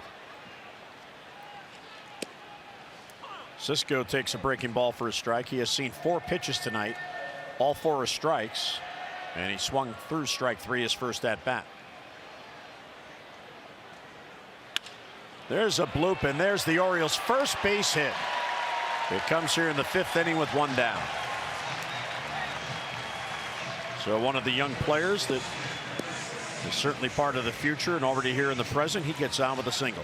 Well, people always say that how come some guys struggle with runners in scoring position or they hit better? Well, you get different pitches to hit. It's not a bad pitch. It's a great approach. Didn't try to do too much, stayed inside, got it over the infield. But when he needed a strikeout, he went to a little different assortment. Struck him out on a really good curveball. Had a couple of pitches to hit. And the other thing is that's the first time he saw Pivetta tonight. So Cisco happy about that. It was a bloop, but it counts, and he breaks his 0 for 15. So the Orioles down by 4, get a man on for Trey Mancini. Mancini bounced out to third his first at bat, so he is now 0 for his last 14. And he hit a curveball. The big outs tonight, Pivetta's been able to get the breaking ball over. Beckham bounced into a double play. That was on a slider. Scopes grounded out on a curveball. Cisco the first time up, curveball. Mancini curveball, bouncer to third. Slider right there and a fastball count. Yeah, but that's actually not a bad take, even though it was a strike. Well, until you get to 2 strikes, ideally, either we had John Kruk in here. I said, how'd you hit? He said, well, I would look halves at the plate. And sometimes I would guess before 2 strikes. So that's a good slider. That's a pitcher's slider. Take it. You're right. And then you hope you get a better pitch to hit. But the league average was 171 with 2 strikes. Now, what does that tell me is, I did pitch, but if I didn't, what would it tell me? Pretty hard to get a base hit with 2 strikes. That's the league average. So until then, what do you have to do with 2 strikes? I got to cover high, low, in, out, soft, hard. So why would I ever want to hit with like it's 2 strikes before then? So I'm going to either look fastball or breaking ball. Cal McRae, one of the great DHs, great hitting instructor, used to say the plate 7 balls. So you get 2 strikes, either look inside 4 or the outside 4. And the good hitters seem like they have a better idea. Go right down the list: Frank Robinson, Brooks Robinson, Boog Powell, Paul Blair, Cal Jr., Eddie Murray, Hall of Famers. They would sit on breaking balls. And there's another good take. We watched it into the glove. Yeah, his slider, to me, his curveball is better than his slider. Because the break on the hook is better than the slider break. But what he's been able to do is stay out of the middle of the plate with that slider. That would be the pitch that I would think they would hit. And it looks like he may throw another one if 3 is the slider. Pop them up. Pivetta's there. Nope, the catcher in foul territory. Jorge Alfaro has it for the out, so 2 down. So Pivetta gets his man again. Fans, the MLB.TV All-Star Sale is here for $39.99. You can watch every out-of-market regular season game live or on demand.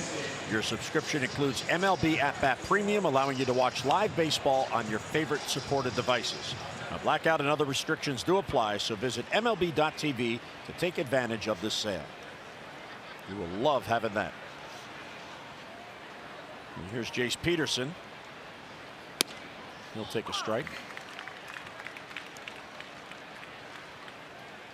Peterson walked in the third. He's having trouble getting starts. Well, every once in a while, we saw it in Minnesota. He hit the same ball here. It'll be a 2-run home run. He can get into one. Left center field. Herrera was shading that way, and he runs it down. So the Orioles get a 1-out base hit, 1 left. We are through 5, 4-0 Philadelphia.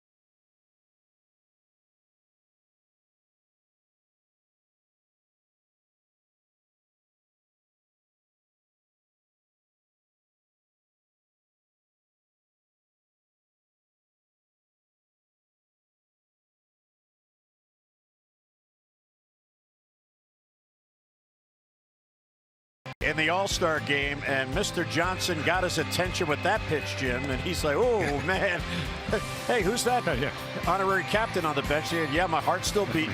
And then the slider, and he's like, nope, I have no chance. A lot of fun. And why hasn't the All-Star game been here since 1993? And Randy Johnson, yep, I got you. So John Kruk, there he is on the Phillies telecast. He goes, well, what do you expect? He said, I was having a good time. Randy was having a good time. It's an exhibition game. And then, well, you'll have to ask the commissioner of baseball why the All-Star game hasn't been here since 1993. I mean, when I got in the Hall of Fame in '90, they said, next year, and want to be the honorary captain, next year at Wrigley Field or here. I go. The park was being built. In Baltimore. I go 20 minutes, and it was fun. American League One. Yep, 9-3. Cito Gaston was the manager. And this ball is driven to deep center field off the bat of Alfaro, who's having some kind of a game. The number 9 hitter has a 3-hit, 3 RBI game, and there's his 6th home run, and it's 5-0 Phils. And he knew it was gone because he dropped the bat, and so he's hit a double to right center, single to right field, and then a Hagen slider, 109 miles per hour off the bat. And he's catching a shutout.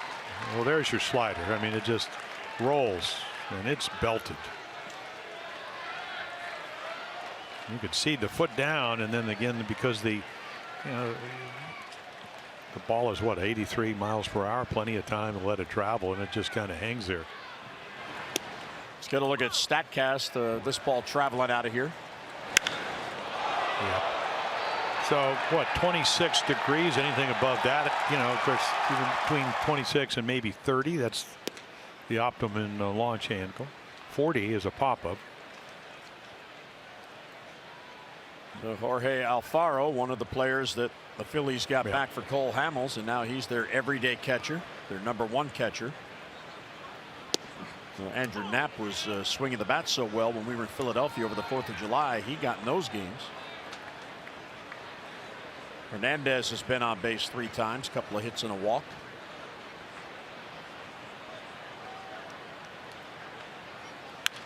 So the 19th home run allowed by Gausman and the 14th solo. Here's Paul Fry getting loose.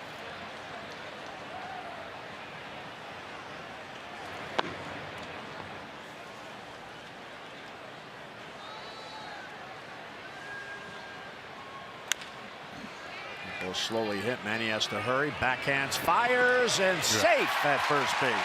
He legged it out for an infield hit. Boy, another weak hit.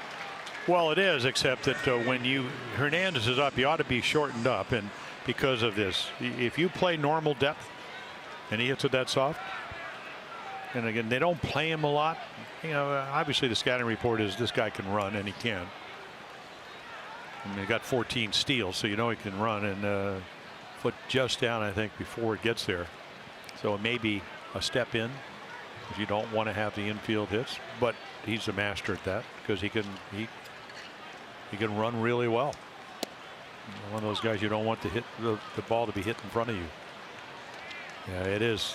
You know, the obviously the Alfaro double and the home run hit well, but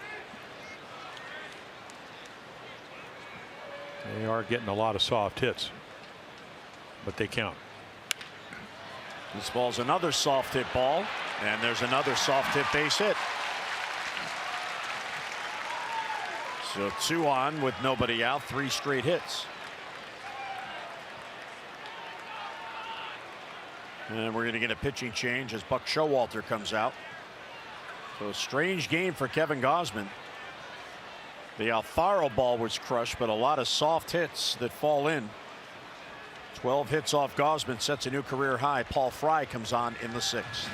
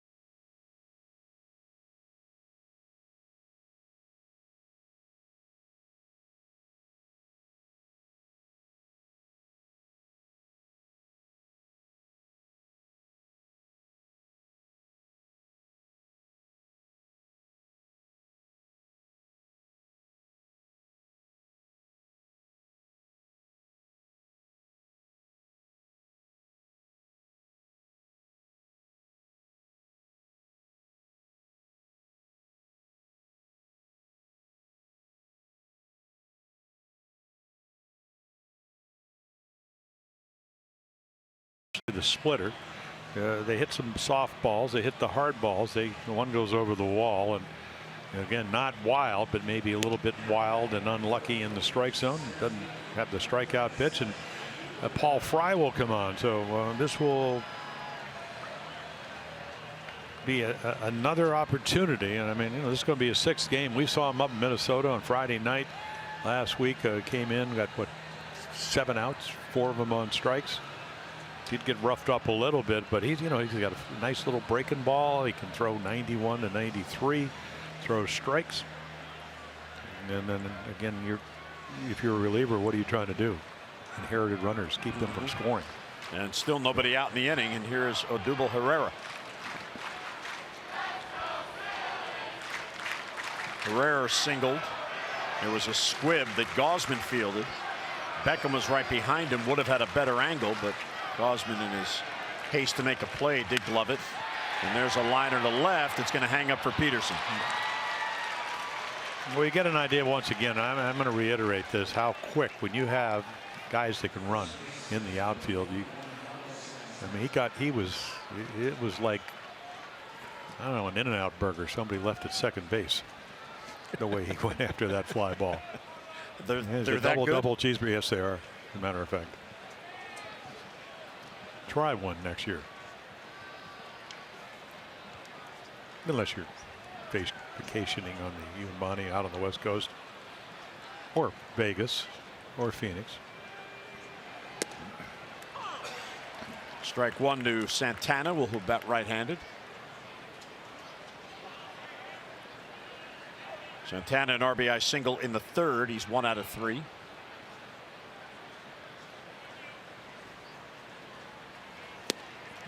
Real good breaking ball. Well, he's got one, and he throws a little harder than I thought, and he throws strikes. Now the Twins made a nice adjustment when he came in on Sunday because they hit some balls and the lefties, so they got to see him. But kind of like his stuff, and he can get both righties and lefties out. Comebacker has a chance to get 2. Gets it to Scope and back to first. Nicely done by Paul Fry. Faces 2 batters, gets 3 outs. Mid-6th, 5-0 Phillies.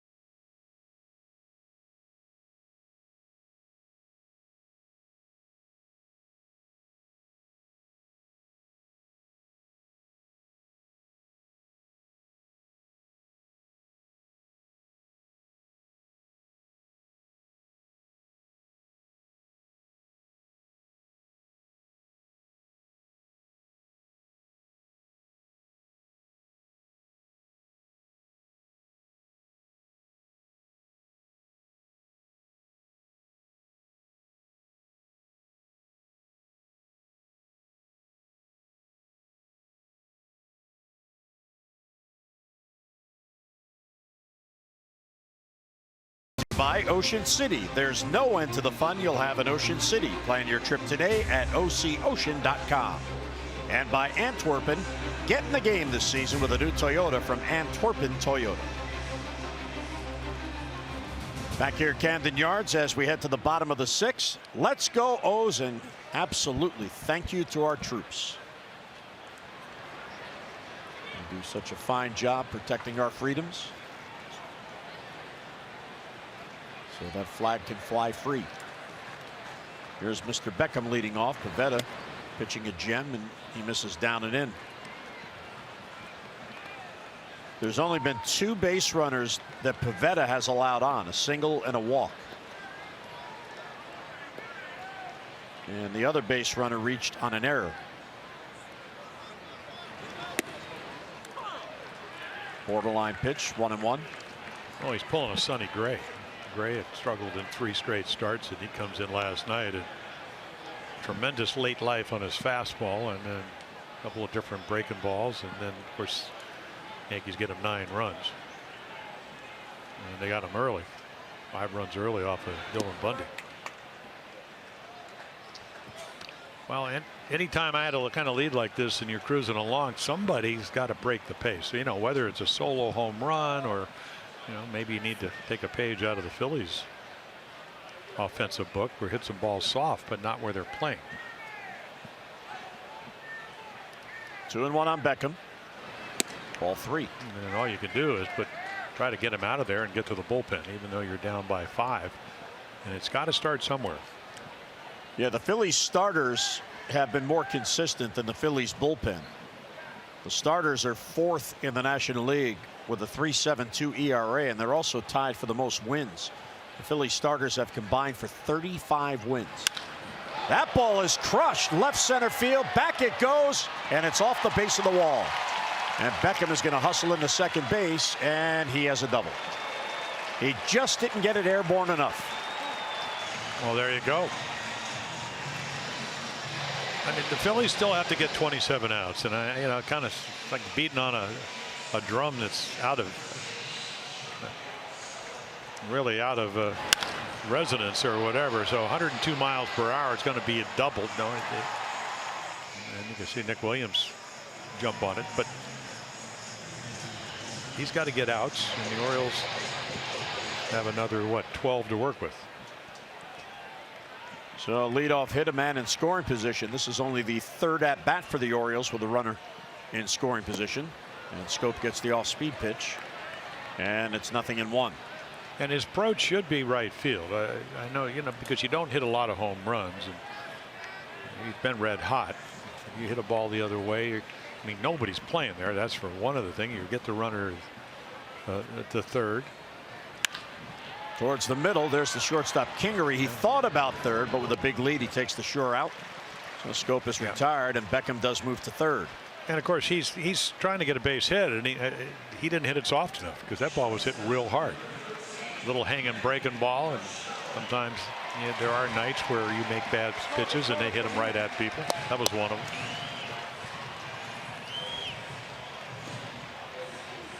So an RBI chance for Machado.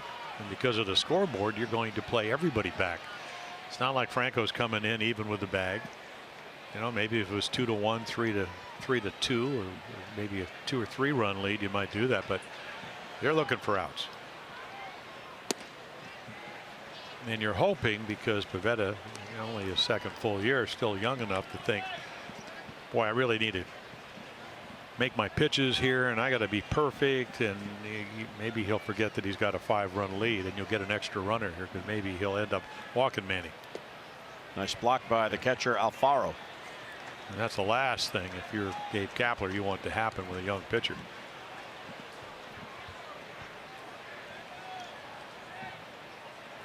Pivetta has averaged 10.5 strikeouts per game, and he walks just under 3.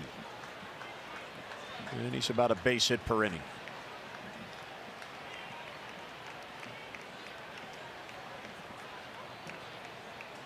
So Machado ahead 2-0. Overthrows the fastball for ball 3. Well, because what happens is, as you mentioned, third time through. I mean, his numbers actually go down. Third time, it's 242. First time, 252, 291. So that's not part of his problems. But you are into the heart of the lineup. Jones on deck, and then followed by Davis and Trumbull. So you would think right here, Manny's going to get a pretty good pitch to hit here, 3-1. Sometimes there's that saying in baseball, you got to trust your stuff.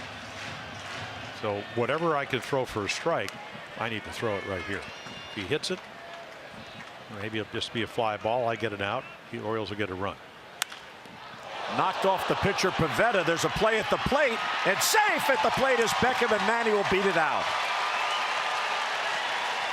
So it deflects off Pivetta. The Orioles get a break. Not only does the run score, but Manny is on. Yeah, and hit him, so they're going to come out and see how he is. So right there it is, and it would help if the catcher, he doesn't even, Alfaro's had a great night offensively. He's on the plate. This might be bag. So right here, he's out. And, he's not even close to the plate. So nice play by Pivetta in the sense he gets it to him, but look how far out in front of home plate is. Foot down, tag. So there's your first run. And for the Orioles, you're really happy about this because you get a run. You also get another base runner. It's one of those plays you can't practice in spring training. Now you practice the ball back up the middle to a pitcher, and that's why he made such a nice play, but his catcher was out of position. So Beckham comes around to score. It's 5-1, and still only 1 down for Adam Jones. Now, is that a base hit? Yeah, that'll be a base hit, which means an RBI. So Manny with his 64th. And Adam will take a strike. Adam back in the cleanup spot. It's his 32nd time this year batting cleanup.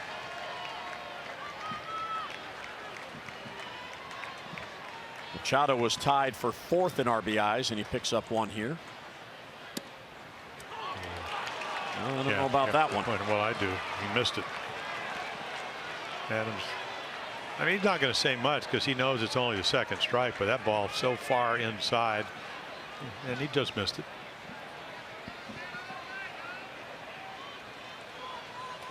Sure does change the at bat, though. Now he's 0-2.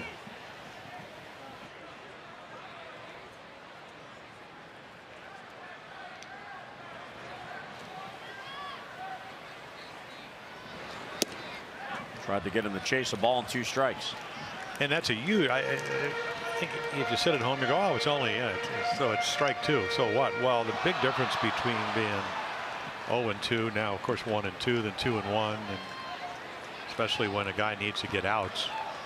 The Orioles get to see him for the 3rd time.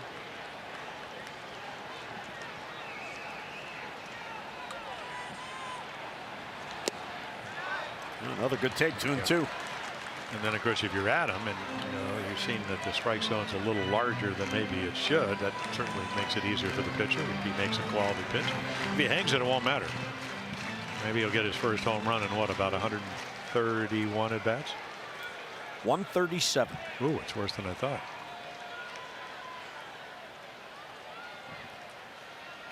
Phillies have out hit the Orioles 12-3. Slowly hit to Kingery, to Hernandez, and back to first, and there's a double play. So Pivetta gets out of it with just the 1 run. We head to the 7th with the Phils in front.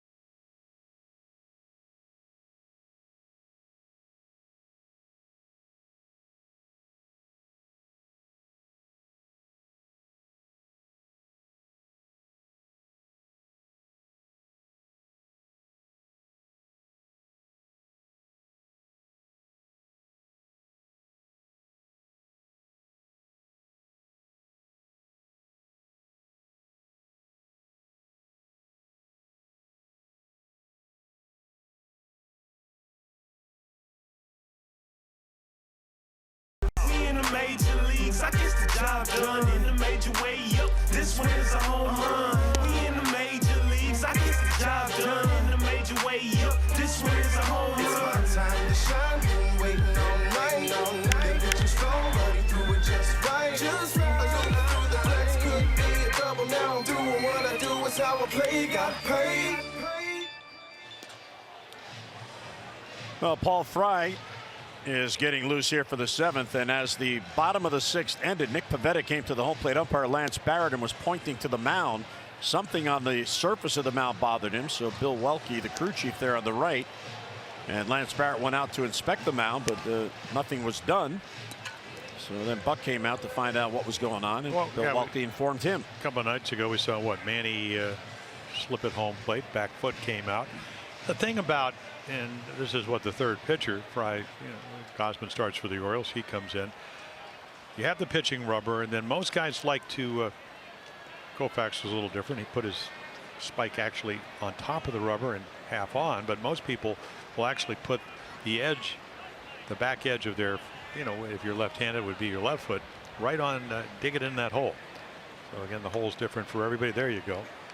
So maybe because Fry came in, who's left-handed, Pivetta, of course, who's pitching a shutout, or actually a 1-run game now, saying, hey, that hole's getting a little bit deeper. Williams 0 for 3, but he does have an RBI and a ground out. Paul Fry was acquired from Seattle for international bonus money, and he has worked his way to the major leagues. Orioles got him last April. They have two pitchers on your roster. Ramirez, international money to the Yankees, as you mentioned, won 10 games for Double-A Trenton, and then 5 games, went 5-0 for Bowie. There's Jeffrey. He will pitch on Saturday night. Yeah, 15-3, I think, last year. Yep. Led the Eastern League in wins. And the thing about Fry that you like is that he is a strike thrower. Well, the thing that Buck Showalter will like, Jim, and this is, a lot of lefties get lefties out, but in the modern age, you'd love to have a lefty that can get both righties and lefties out. That way you don't have to, get the multiple innings, keep in games, save your bullpen. When he had the rough inning on Sunday in Minnesota, he allowed 4 runs, only 1 earned because of an error. Here's the 2-2, and this one's lifted softly, of course, and it's going to fall in for a base hit. I think the Phillies have the market on bloop base hits. Well, it's almost like Kenny Stabler. The late Kenny Stabler was, finding a hole in your defense. You're in a prevent defense, zone defense, and they're just little soft passes over the middle. It was a Hall of Fame quarterback, and right here, I mean, this is a nice approach. Tough lefty. What do? You hang in there. So again, if you strike out, you got to give them credit. They have been soft, but with that said, they're making contact. I mean, Gausman usually able to strike out more than 2. You mentioned 1 an inning over the course of the year almost. Real good slider there, 0-1. Yeah, I think with Paul Fry, I would think down the road as we look at Miguel Castro, he will come up with a little bit of a changeup. That might be a Scotty McGregor mission. Let's get him on a plane, get him back here. No, that'll be something that they'll talk about next spring. Maybe if Scotty comes up, a little visit. He's usually around in September. Yeah. Yeah, well, I think it's harder to do during the season, especially when your other stuff's pretty good. But it would just opens up the outside corner because it looks like he can pitch to both sides with his fastball. Well, that outing in Minnesota on Sunday, he threw 15 pitches and 14 were strikes. He struck out 1 batter, allowed 3 hits, and he allowed 4 runs, but only 1 earned. But he is a strike thrower. Here's another one, bloop, and that's going to fall in for a base hit. Well, another great 2-strike approach. No 2 on with none out. This Copperhead telecast presented by authority of the Orioles. It may not be reproduced or retransmitted in any form. And the accounts and descriptions of this game may not be disseminated without the express written consent of the Orioles. The pitching change. Fry will leave. Miguel Castro comes on in the 7th.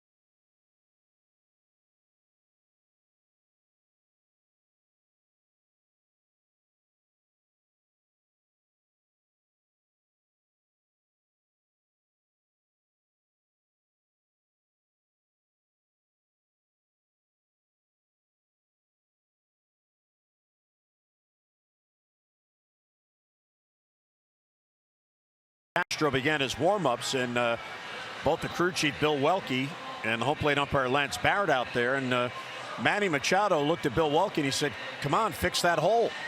So Bill Welke said, "Okay, Manny, we'll get that done for your pitcher." And well, I think he was the interpreter. Miguel can talking about Miguel Castro, but again, remember, everybody throws from different sides of the pitcher's rubber. So there's your landing spot. And there's a water, maybe a little clay. There's the tamper. We hear this every night when we're doing. So again, that's the clay. It's not the New Jersey mud, your favorite kind of mud they rub the baseballs up with. Well, it should be.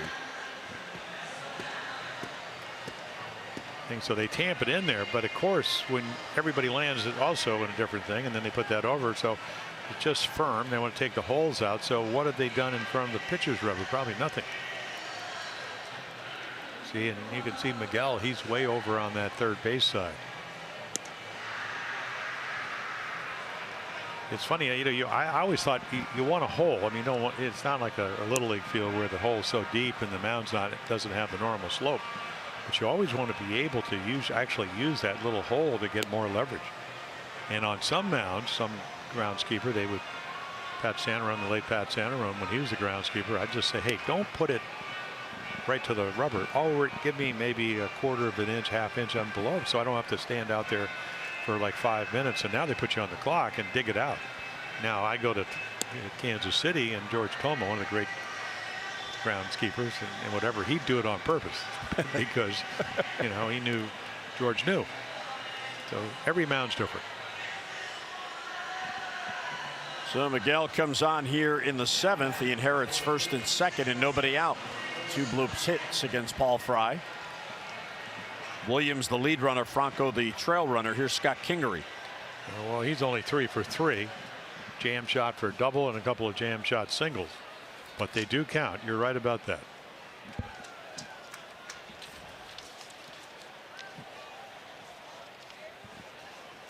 And he tried to bunt for a base hit with Beckham deep, and he fouls it off. Well, that's a great play because you're already up by 4.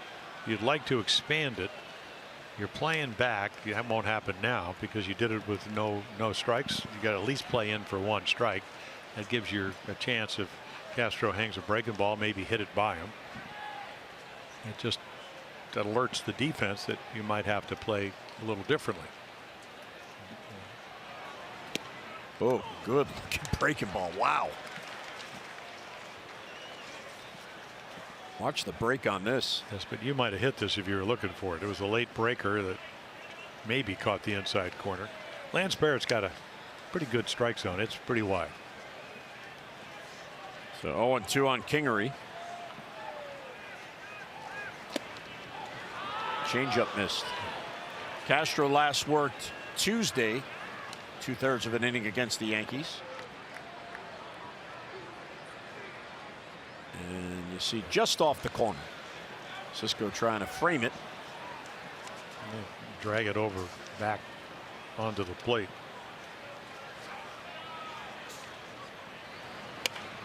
Weak ground ball. Fortunately, it goes foul. One of those nights. And to their credit, already 14 hits. Well, the thing is, if you make contact, Jim, good things can happen. I mean, what did 3 things? You could either get a base hit, you could reach on an error, or you can make an out. But if you strike out, nothing happens. So make contact, put the ball in play. Yeah, good fastball there. Yeah, Miguel's trying to work on he's a leg swinger, but he does it more from his windup. Talking to Ramon Martinez, also Roger McDowell, the pitching coach. Of course, Ramon, former 20-game winners, and works with the Orioles. He's better from the stretch. Kind of picks the leg up, but again, he's so tall. It's 6'7", almost 6'8". 1-2 on Kingery. So the ability to prolong at bats. Yeah. Well, but where was that ball hit? It was going to go to right field. I mean, what a novel concept. When you get to 2 strikes, you actually try to put the ball in play. And even though Kingery got the 6-year deal, he's still trying to prove himself at this level. It's nice to have young players that are hungry.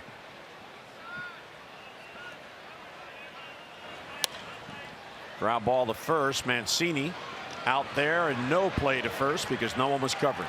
Yeah, I don't think that Castro is going to beat him to the bag anyway. So you get one of the lead runners and you get an out. I'll take again there. I mean, that's just pepper. So there's Mancini, and you can see Castro. I mean, everybody, it's funny, everybody usually yells, get over, get over. I mean, that's what they do. But if you're fielding the ball, it's hard to do that. I'm sure Scope probably said something. But again, Kingery can run. And Castro's slow to the plate. 8 steals out of 10 attempts. We'll see if Gabe Kapler will maybe try to stay out of the double play by stealing a base here. Well, Mancini with a heads-up play there. He still keeps the double play in order by getting the runner at second. Altair getting a start in right field as Gabe Kapler takes advantage of the American League rules, DHing Hoskins. So that moved Williams to left and puts Altair in right. Miguel still trying to manicure that landing spot.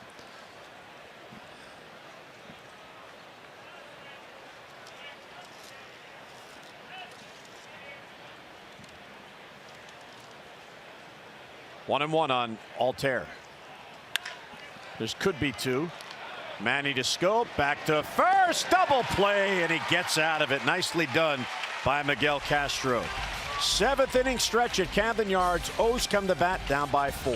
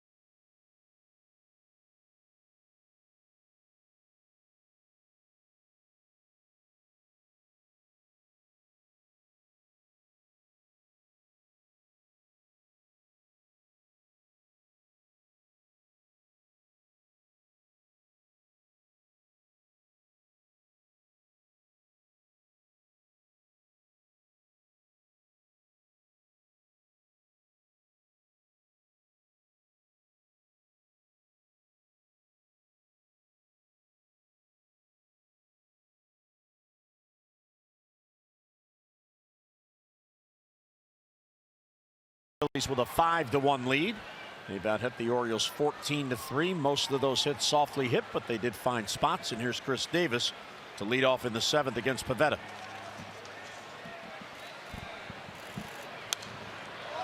And foul ball back to our left. Chris is 0 for 2, struck out in the 2nd, grounded out in the 4th. Well, 18th of June, the last time he's gone more than well, really more than 5 innings. So let's see what kind of stuff he carries here. As you can see, pitches 91, bullpen. Chris Davis fan out there on the flag court hoping for a souvenir.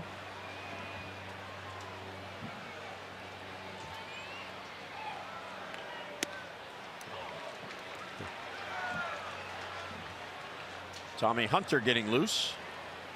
One of 8 relievers in the Gabe Kapler bullpen. And there's Tanner Scott.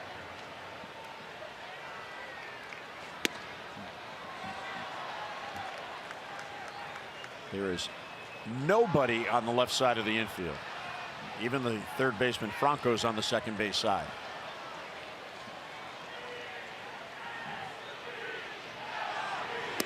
And he got him. Down on strikes goes Davis. Strikeout number 6. 1 down.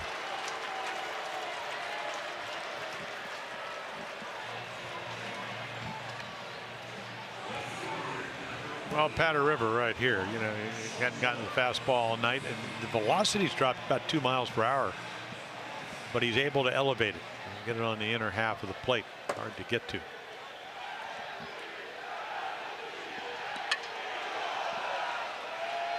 Mark Trumbo now rips it past the glove of Franco. And because he got his glove on it, Trumbo will have to settle for a single. That ball would have gone to the corner. Yeah, you would have think so. I mean, finally, you get a hanging breaking ball, and he's all over it. Smoke.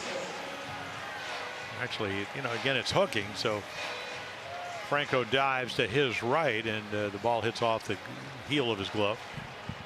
So the Orioles looking for base runners get one. And Franco plays where he is. Let's see if Cisco should drop one down. We've seen him do it early. They usually play him in probably about 4 steps more at third base, only because the scouting report early on, and I hadn't done it very often, but you saw the hit to left field. I mean, they play him, really give him the pull field. So everybody shifted to left. And they anticipate that every ball he hits in the air is not going down the right field line. Well, when you need base runners, that bunt's not a bad idea, especially if they're giving it to you.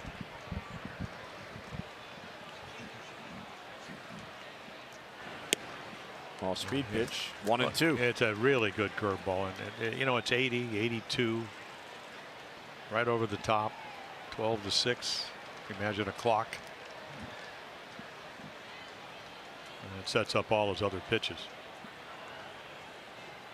There's another one. Strike 3 called, hit the outside corner. Well, that's how with the runner at third early on, when the Orioles had only 1 out, he was able to strike out Chance Cisco, but he swung at that one. He gives up on this somewhere around the outside corner. And again, that probably the edge of the ball was on the plate there. So that's a lot of hitters are saying, well, I kind of went around the plate, but all you have to do, I played 17 inches, ball's a little bit over 2. All the edge of the ball has to do is be on the plate, and most umpires will call that pitch. What about Alfaro moving his glove about a foot? Well, I'm going the overhead doesn't lie. Center field, you know, because of the camera angle in most ballparks. So the velocity back up now to 95. Pitch count still well in hand.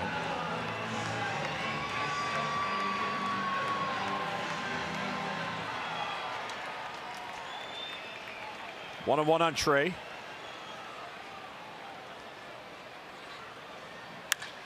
Center field, that chases Herrera back way out there, and that ball is gone. It carries over the wall.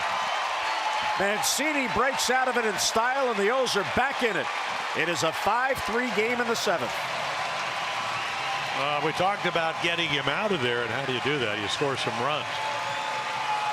Herrera looked up like, boy, I tell you what, welcome to Camden Yards. That ball just kept going.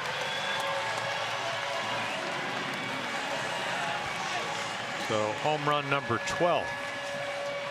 And he was playing right where he hit it. He just ran out of grass and then warning tracks. So he snaps out his 0 for 15. Let's get a look at the Ford drive of the game. I'll take a look right here, and I mean, it's middle of the plate. You know, this is last year on his way to 24 home runs. I mean, didn't matter where he hit it, right field, center field, off the back wall. Herrera runs out of room.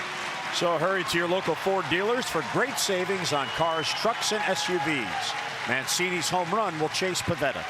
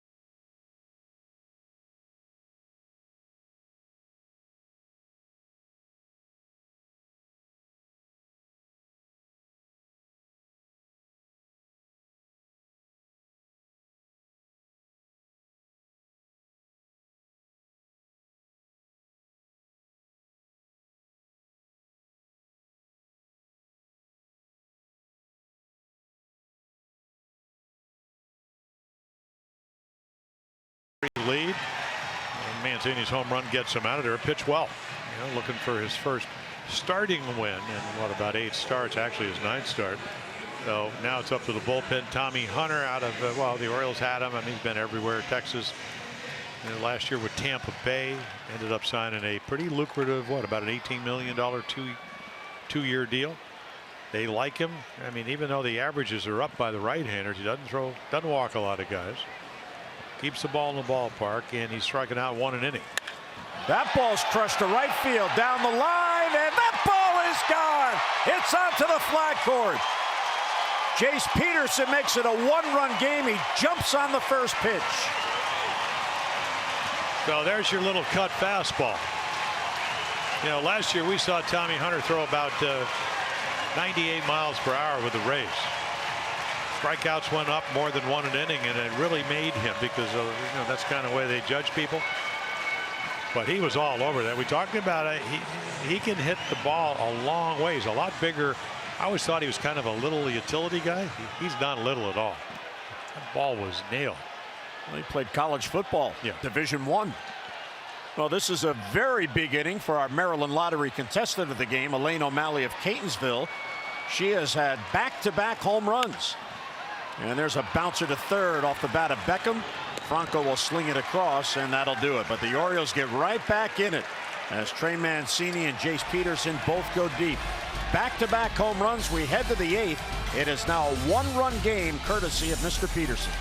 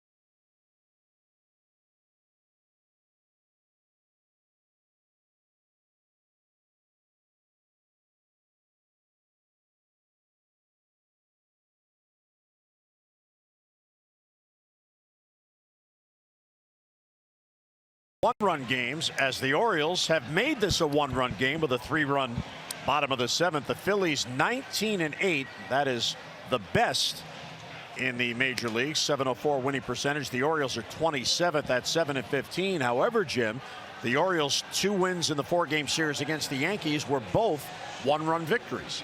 So yes. Their last 2 they won by a run, and now they're back in it. And Tanner Scott will come in to pitch for the Orioles here in the 8th inning.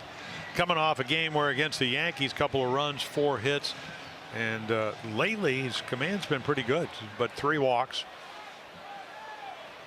And you can see righties, you know, because again he's got a great arm. I mean, anywhere from 95 to 99. Slider can be really good. And of course, Alfaro already 3 for 3, home run, double, single. And it's an easy whatever he throws with his fastball. Still learning, like we all learned, Jim, that you got to be able to make the quality pitches. You saw that up in Minnesota, where came in and struck out the side the first night. The home run hitters getting the Orioles back in the game, and hopefully now that'll relax Trey Mancini. Here's a chopper to third. Ooh, Beckham backs up on it. That makes the throw longer, and it bounces past Mancini.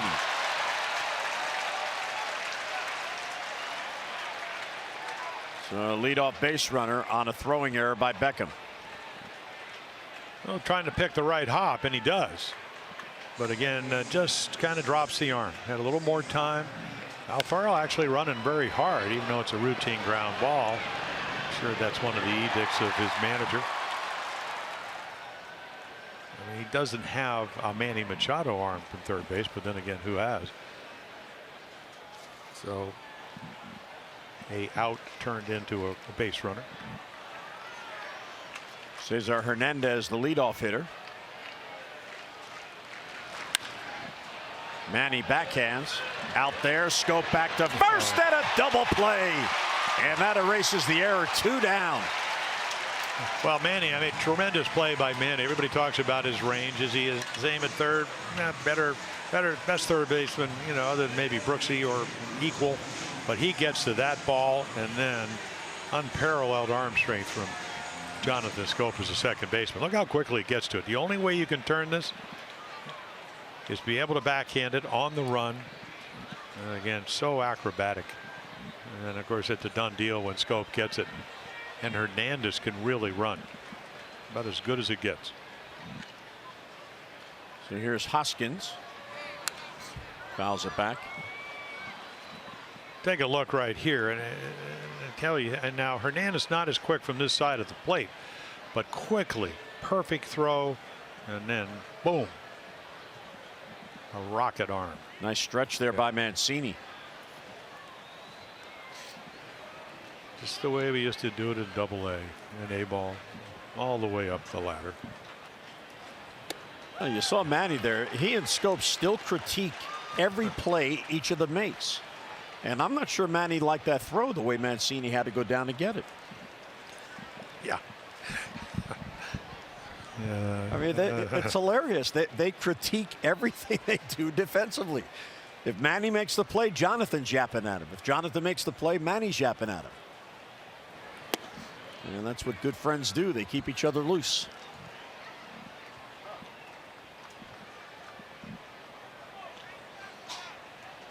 Hoskins has a bloop single in 4 trips, so he joined the parade.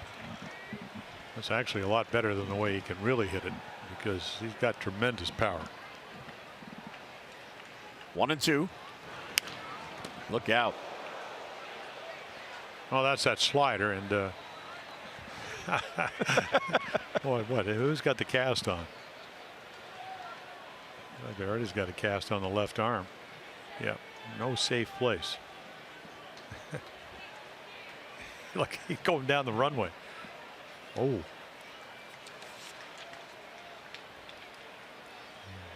Yeah. Now that netting, probably what, the last 8-10 years? Wasn't there when I. There's Ramos. Yep.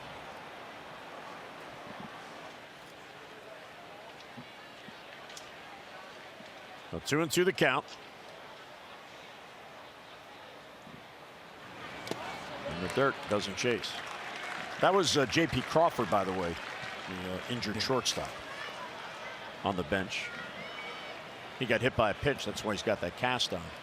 Almost got hit by a foul ball. And now he's where the ball. Oh, you can't hit me back here. I'm safe back here.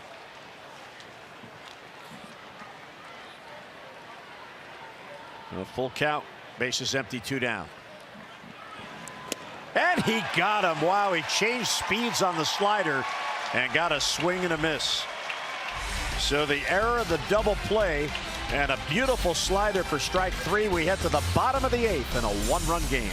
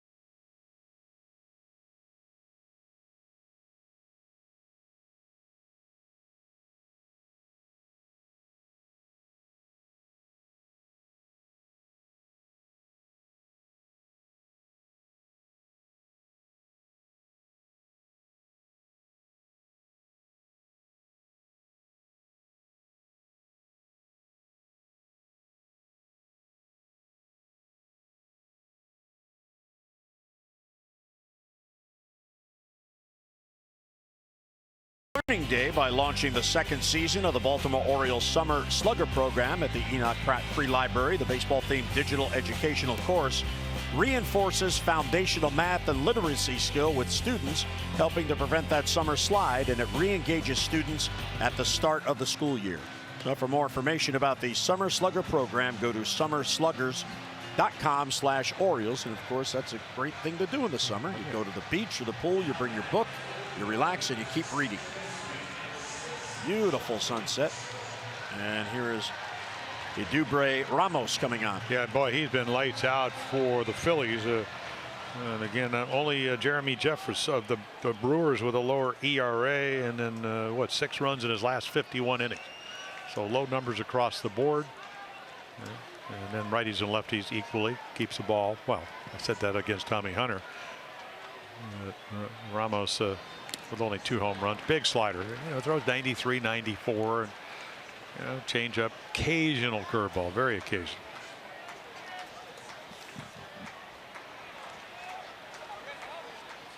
Scope trying to extend that hitting streak to 11 in a row. He's 0 for 3 with a couple of groundouts and a strikeout. They're giving him the right side of the infield. If he hits a ground ball that way, that streak will continue. Popped it up. Center field for Herrera. And one down in the Oriole eighth. Yeah, a couple of lefties in their bullpen, and there's one of them. And Morgan came in last night, pitched up in New York. And Austin Davis, the other lefty, Adam Morgan, getting loose. And he got away with that slider, but a lot of times it's spin rate. Now everybody's talking about velocity, but they talk about spin rate, and the tighter the slider, the harder it is to pick it up. So while it looks like it's hittable, sometimes you get away with it. I don't know if you want to hang another slider to Manny. This game will be tied. And he does it. A low one. No swing on the appeal to Bill Welke. Look at those numbers at home. 16 of his 23 home runs right here at Camden Yards.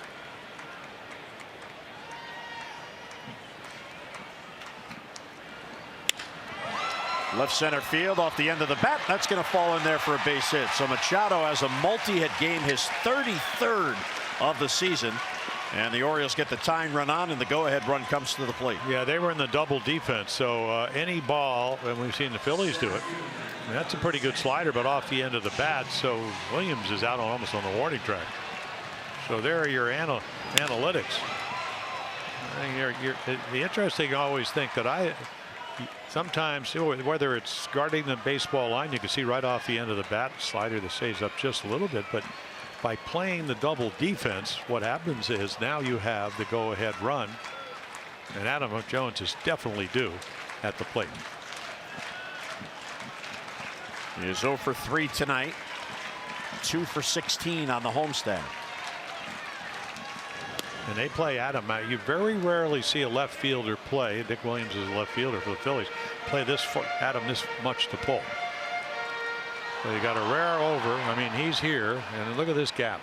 Now, whether you can hit it there, that's a whole nother point. But if he does, it's going to be a tie ball game. If he drives it up the gap, no way that you're going to be able to get to it.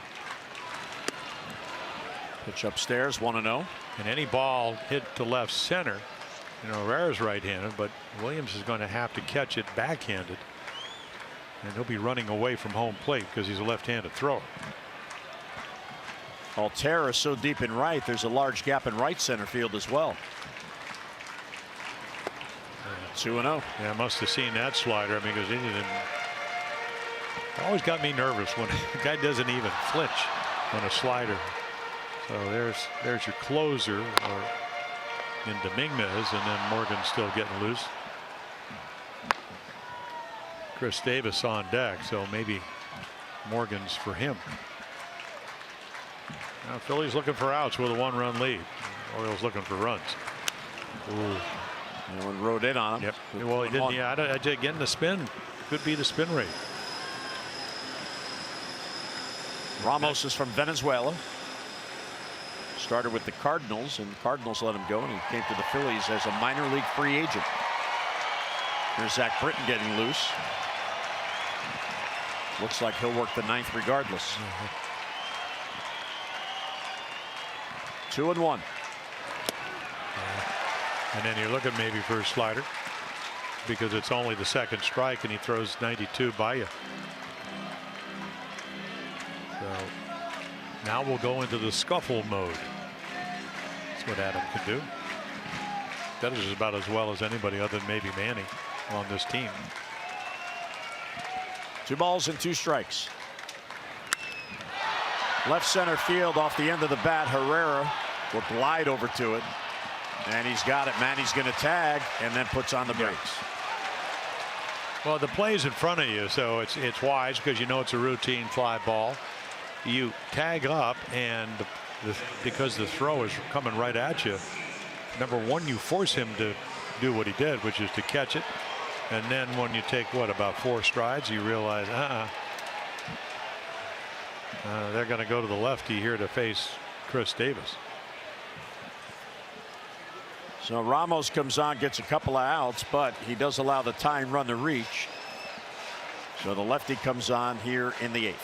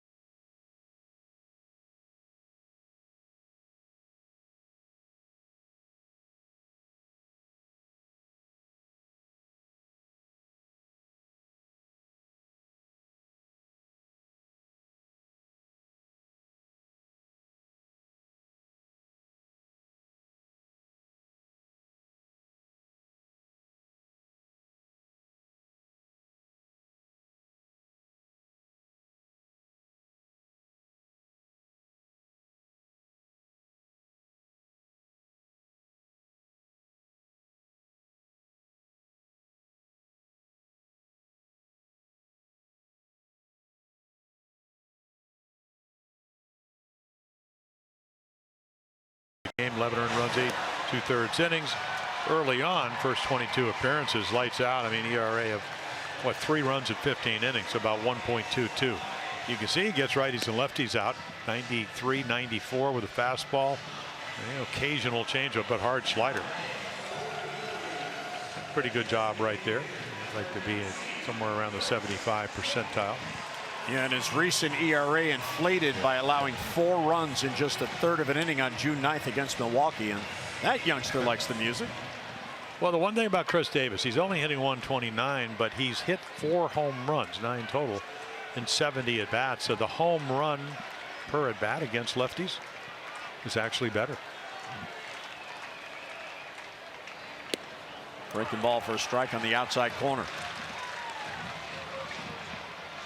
Davis has struck out twice. He has grounded out, and he has never faced Morgan. Outfield is very deep. And again, they're trying to take the double away.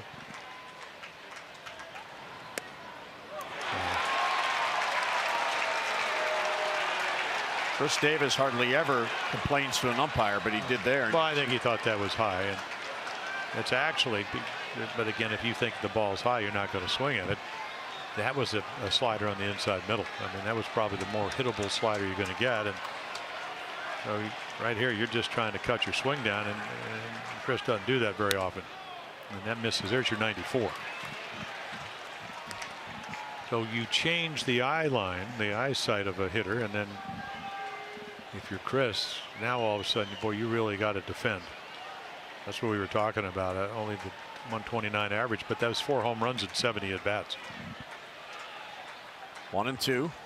Yeah, not Upstairs, even close. That's a totally wasted pitch. Not up and in. They open up the outside corner.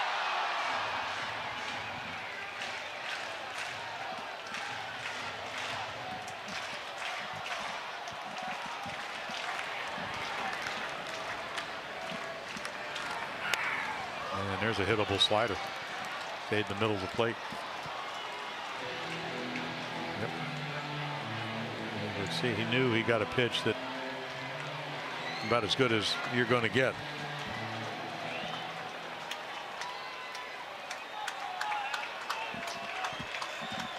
So the count holding 2-2.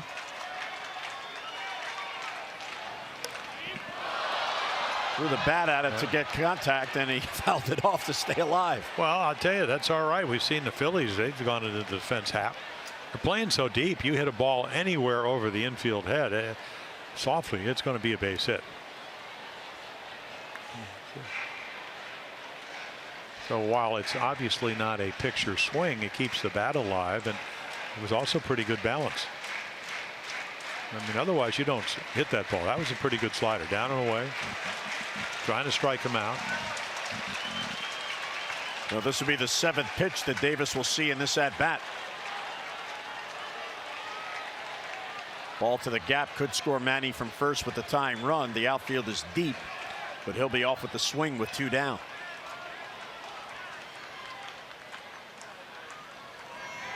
And he got him. Breaking ball down and away. So Davis strikes out for a 3rd time in this game, and the Orioles strand Machado at first. We head to the 9th in a 1-run game at Camden Yards.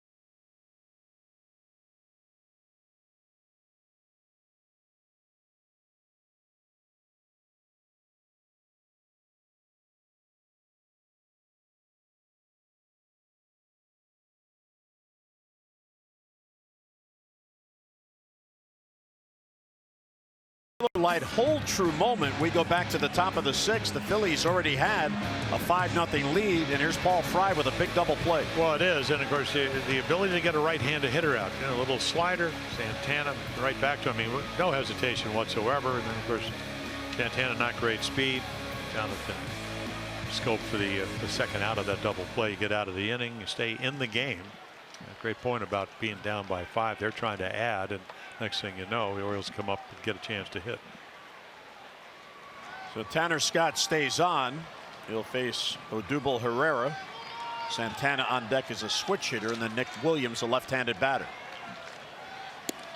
Strike 1 on the inside corner, and again, that plate is very large for Lance Barrett. It's all right. Now for the Orioles in the bottom of the 9th, Trumbo, Cisco, and Mancini. Brad Brock now getting loose.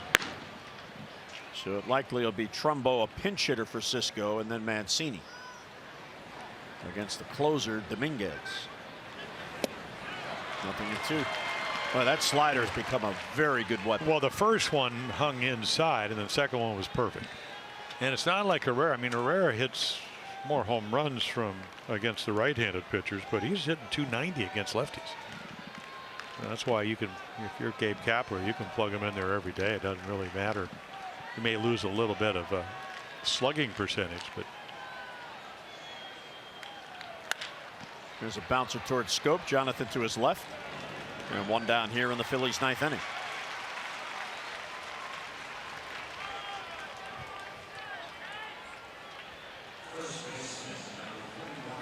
Tanner Scott came on and worked a scoreless eighth, and now he gets the first out in the ninth. Breakthrough season, it seems.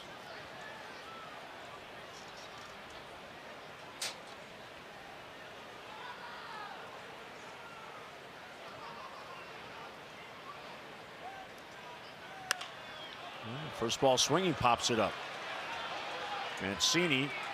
oh, you could see that coming. It looked like Mancini expected to be called off, and then Scope didn't call him off. Well, he was going to go for it, and you're right about that, I think. And you're not pointing fingers. The ball obviously drops. And, I mean, right here, he's going. I'm going to go get it.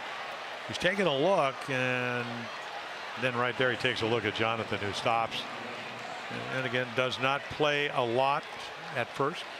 Very good. I mean, on ground balls and stretches, but that's a routine pop-up that falls. And they're going to give Mancini an error.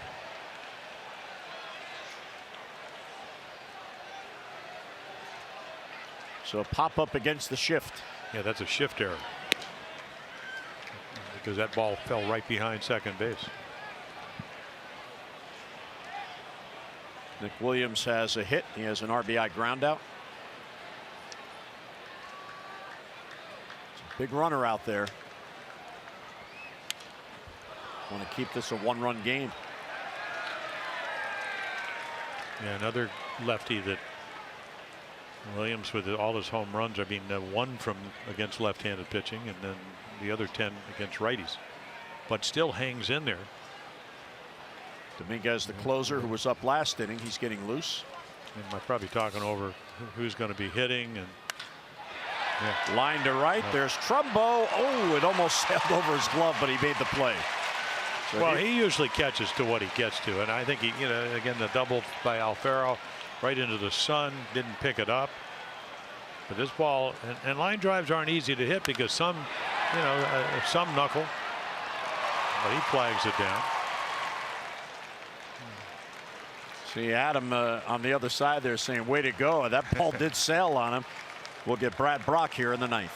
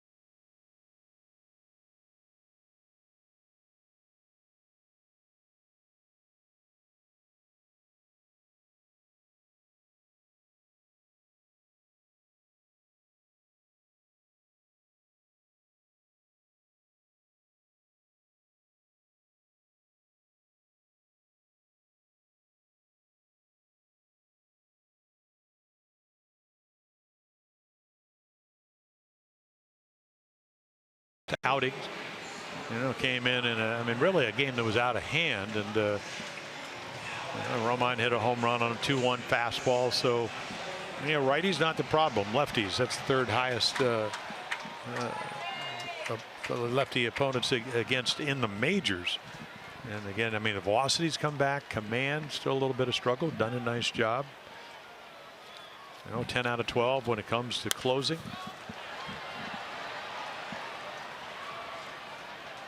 Facing Franco, who goes after the first pitch. And of course, Franco, he's a power guy. The last couple of years, 24, 25 home runs. He doesn't get cheated. Santana on at first. He got on the pop-up that fell in. Error charge to Mancini. Foul back again, 0-2. Yeah, good fastballs right there, right on the outside third quarter of the plate.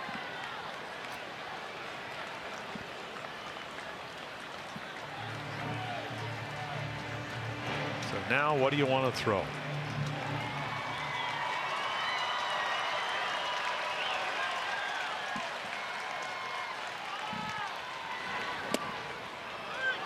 One and two, can't get him to chase the fastball. Well, it's just not close enough. The illusion, everybody says, well, you don't want to give up 2-out hits, but there has to be a purpose, and it can't be a ball out of your hand. Well, it can be, but it doesn't have any really meaning. There's a really good pitch. Weak ground ball. Manny will fire to first in time to get Franco, and that'll do it. So the error doesn't hurt. We head to the bottom of the ninth. Birds come to bat, down by a run.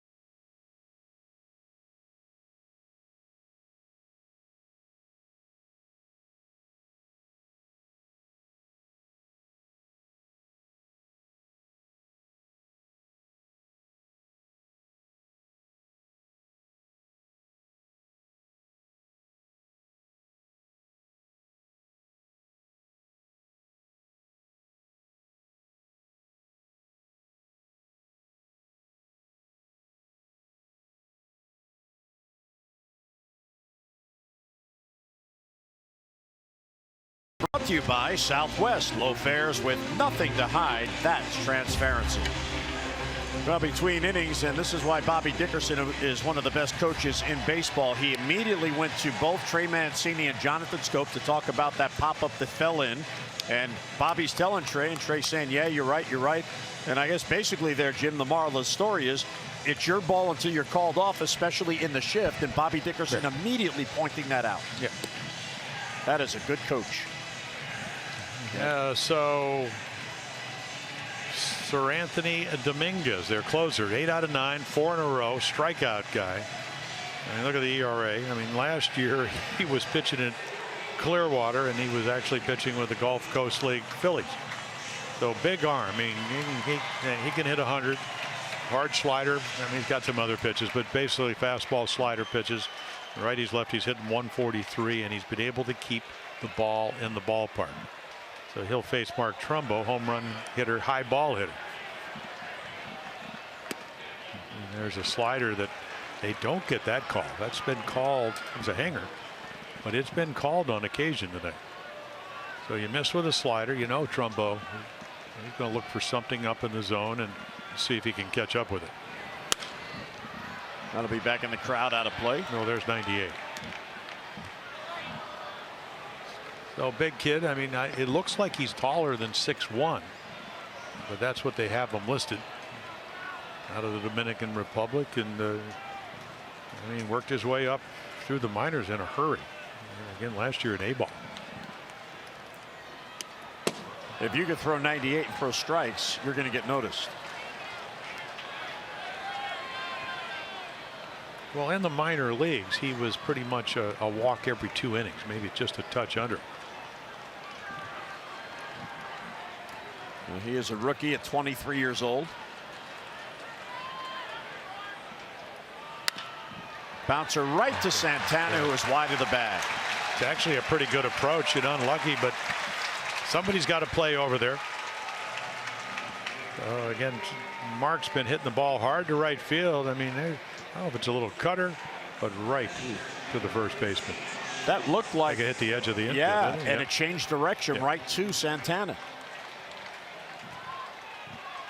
So the Phillies get a break there, it looked like. Here's Cisco. So 8 out of 9 and 4 in a row. For this kid, what, 25 strikeouts in the last 16 and 2/3 innings. But Gabe Kapler would just take another couple of outs. See how Farrell, he actually he's able to subtly try to get that ball that's, what, 4 inches off the plate, somewhere close. And Lance Barrett again called some of them strikes. Good cut there, fouled it back. Yeah, I think the word is they're still, I mean, the Phillies have talked on and off about Manny Machado, but I would imagine they're still in the running for Zach Britton, because they need, not that Dominguez hasn't done a good job, because he had, but you're trying to go to the postseason, you need somebody more experienced. Yeah, and there's 99 with movement. That ball had, John Kruk was talking about the late life. Once that ball cut, it's almost like it's a cut fastball, but it's 99 miles per hour. And that could just be the fact that, again, he's young, I mean, big, and great extension, great velocity. Hard to catch up with. So he's now struck out 43 while walking only 6. Ball 1 to Mancini, Orioles' final hope. Well, it's all about developing players, and I mean, that's what you try to do. The Orioles will be trying to do what, you get an arm like this, what the Phillies been able to do. You can see a lot of Philly fans coming down here. 90 miles, Philadelphia here. Yeah, the Orioles fans made the trip up over the 4th of July holiday when the Orioles played there last week.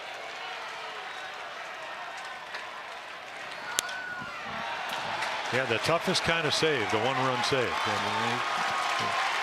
And he quickly is throwing strikes.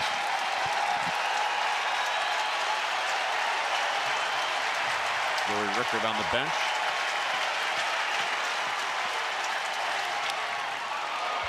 Just did get a piece. Well, you got to be really careful, and it gives you an idea when you're throwing 98 and they're hitting it over the first base dugout. The last thing you want to do is hang a slider and speed the bat up. But it was well situated, so it didn't matter. Popped it up. Santana has a play. And the Phillies hold on and win it. So Philadelphia goes back into first place in the NL East by a half game over idle Atlanta. And they sweep all 4 games in the 4-game series against the Orioles. This is the makeup from the rainout when the Phillies were here in May. Well, the Orioles wrap up the homestand beginning tomorrow night. They open up a 3-game series with Texas. Cole Hamels will be on the mound. Alex Cobb goes for the Orioles.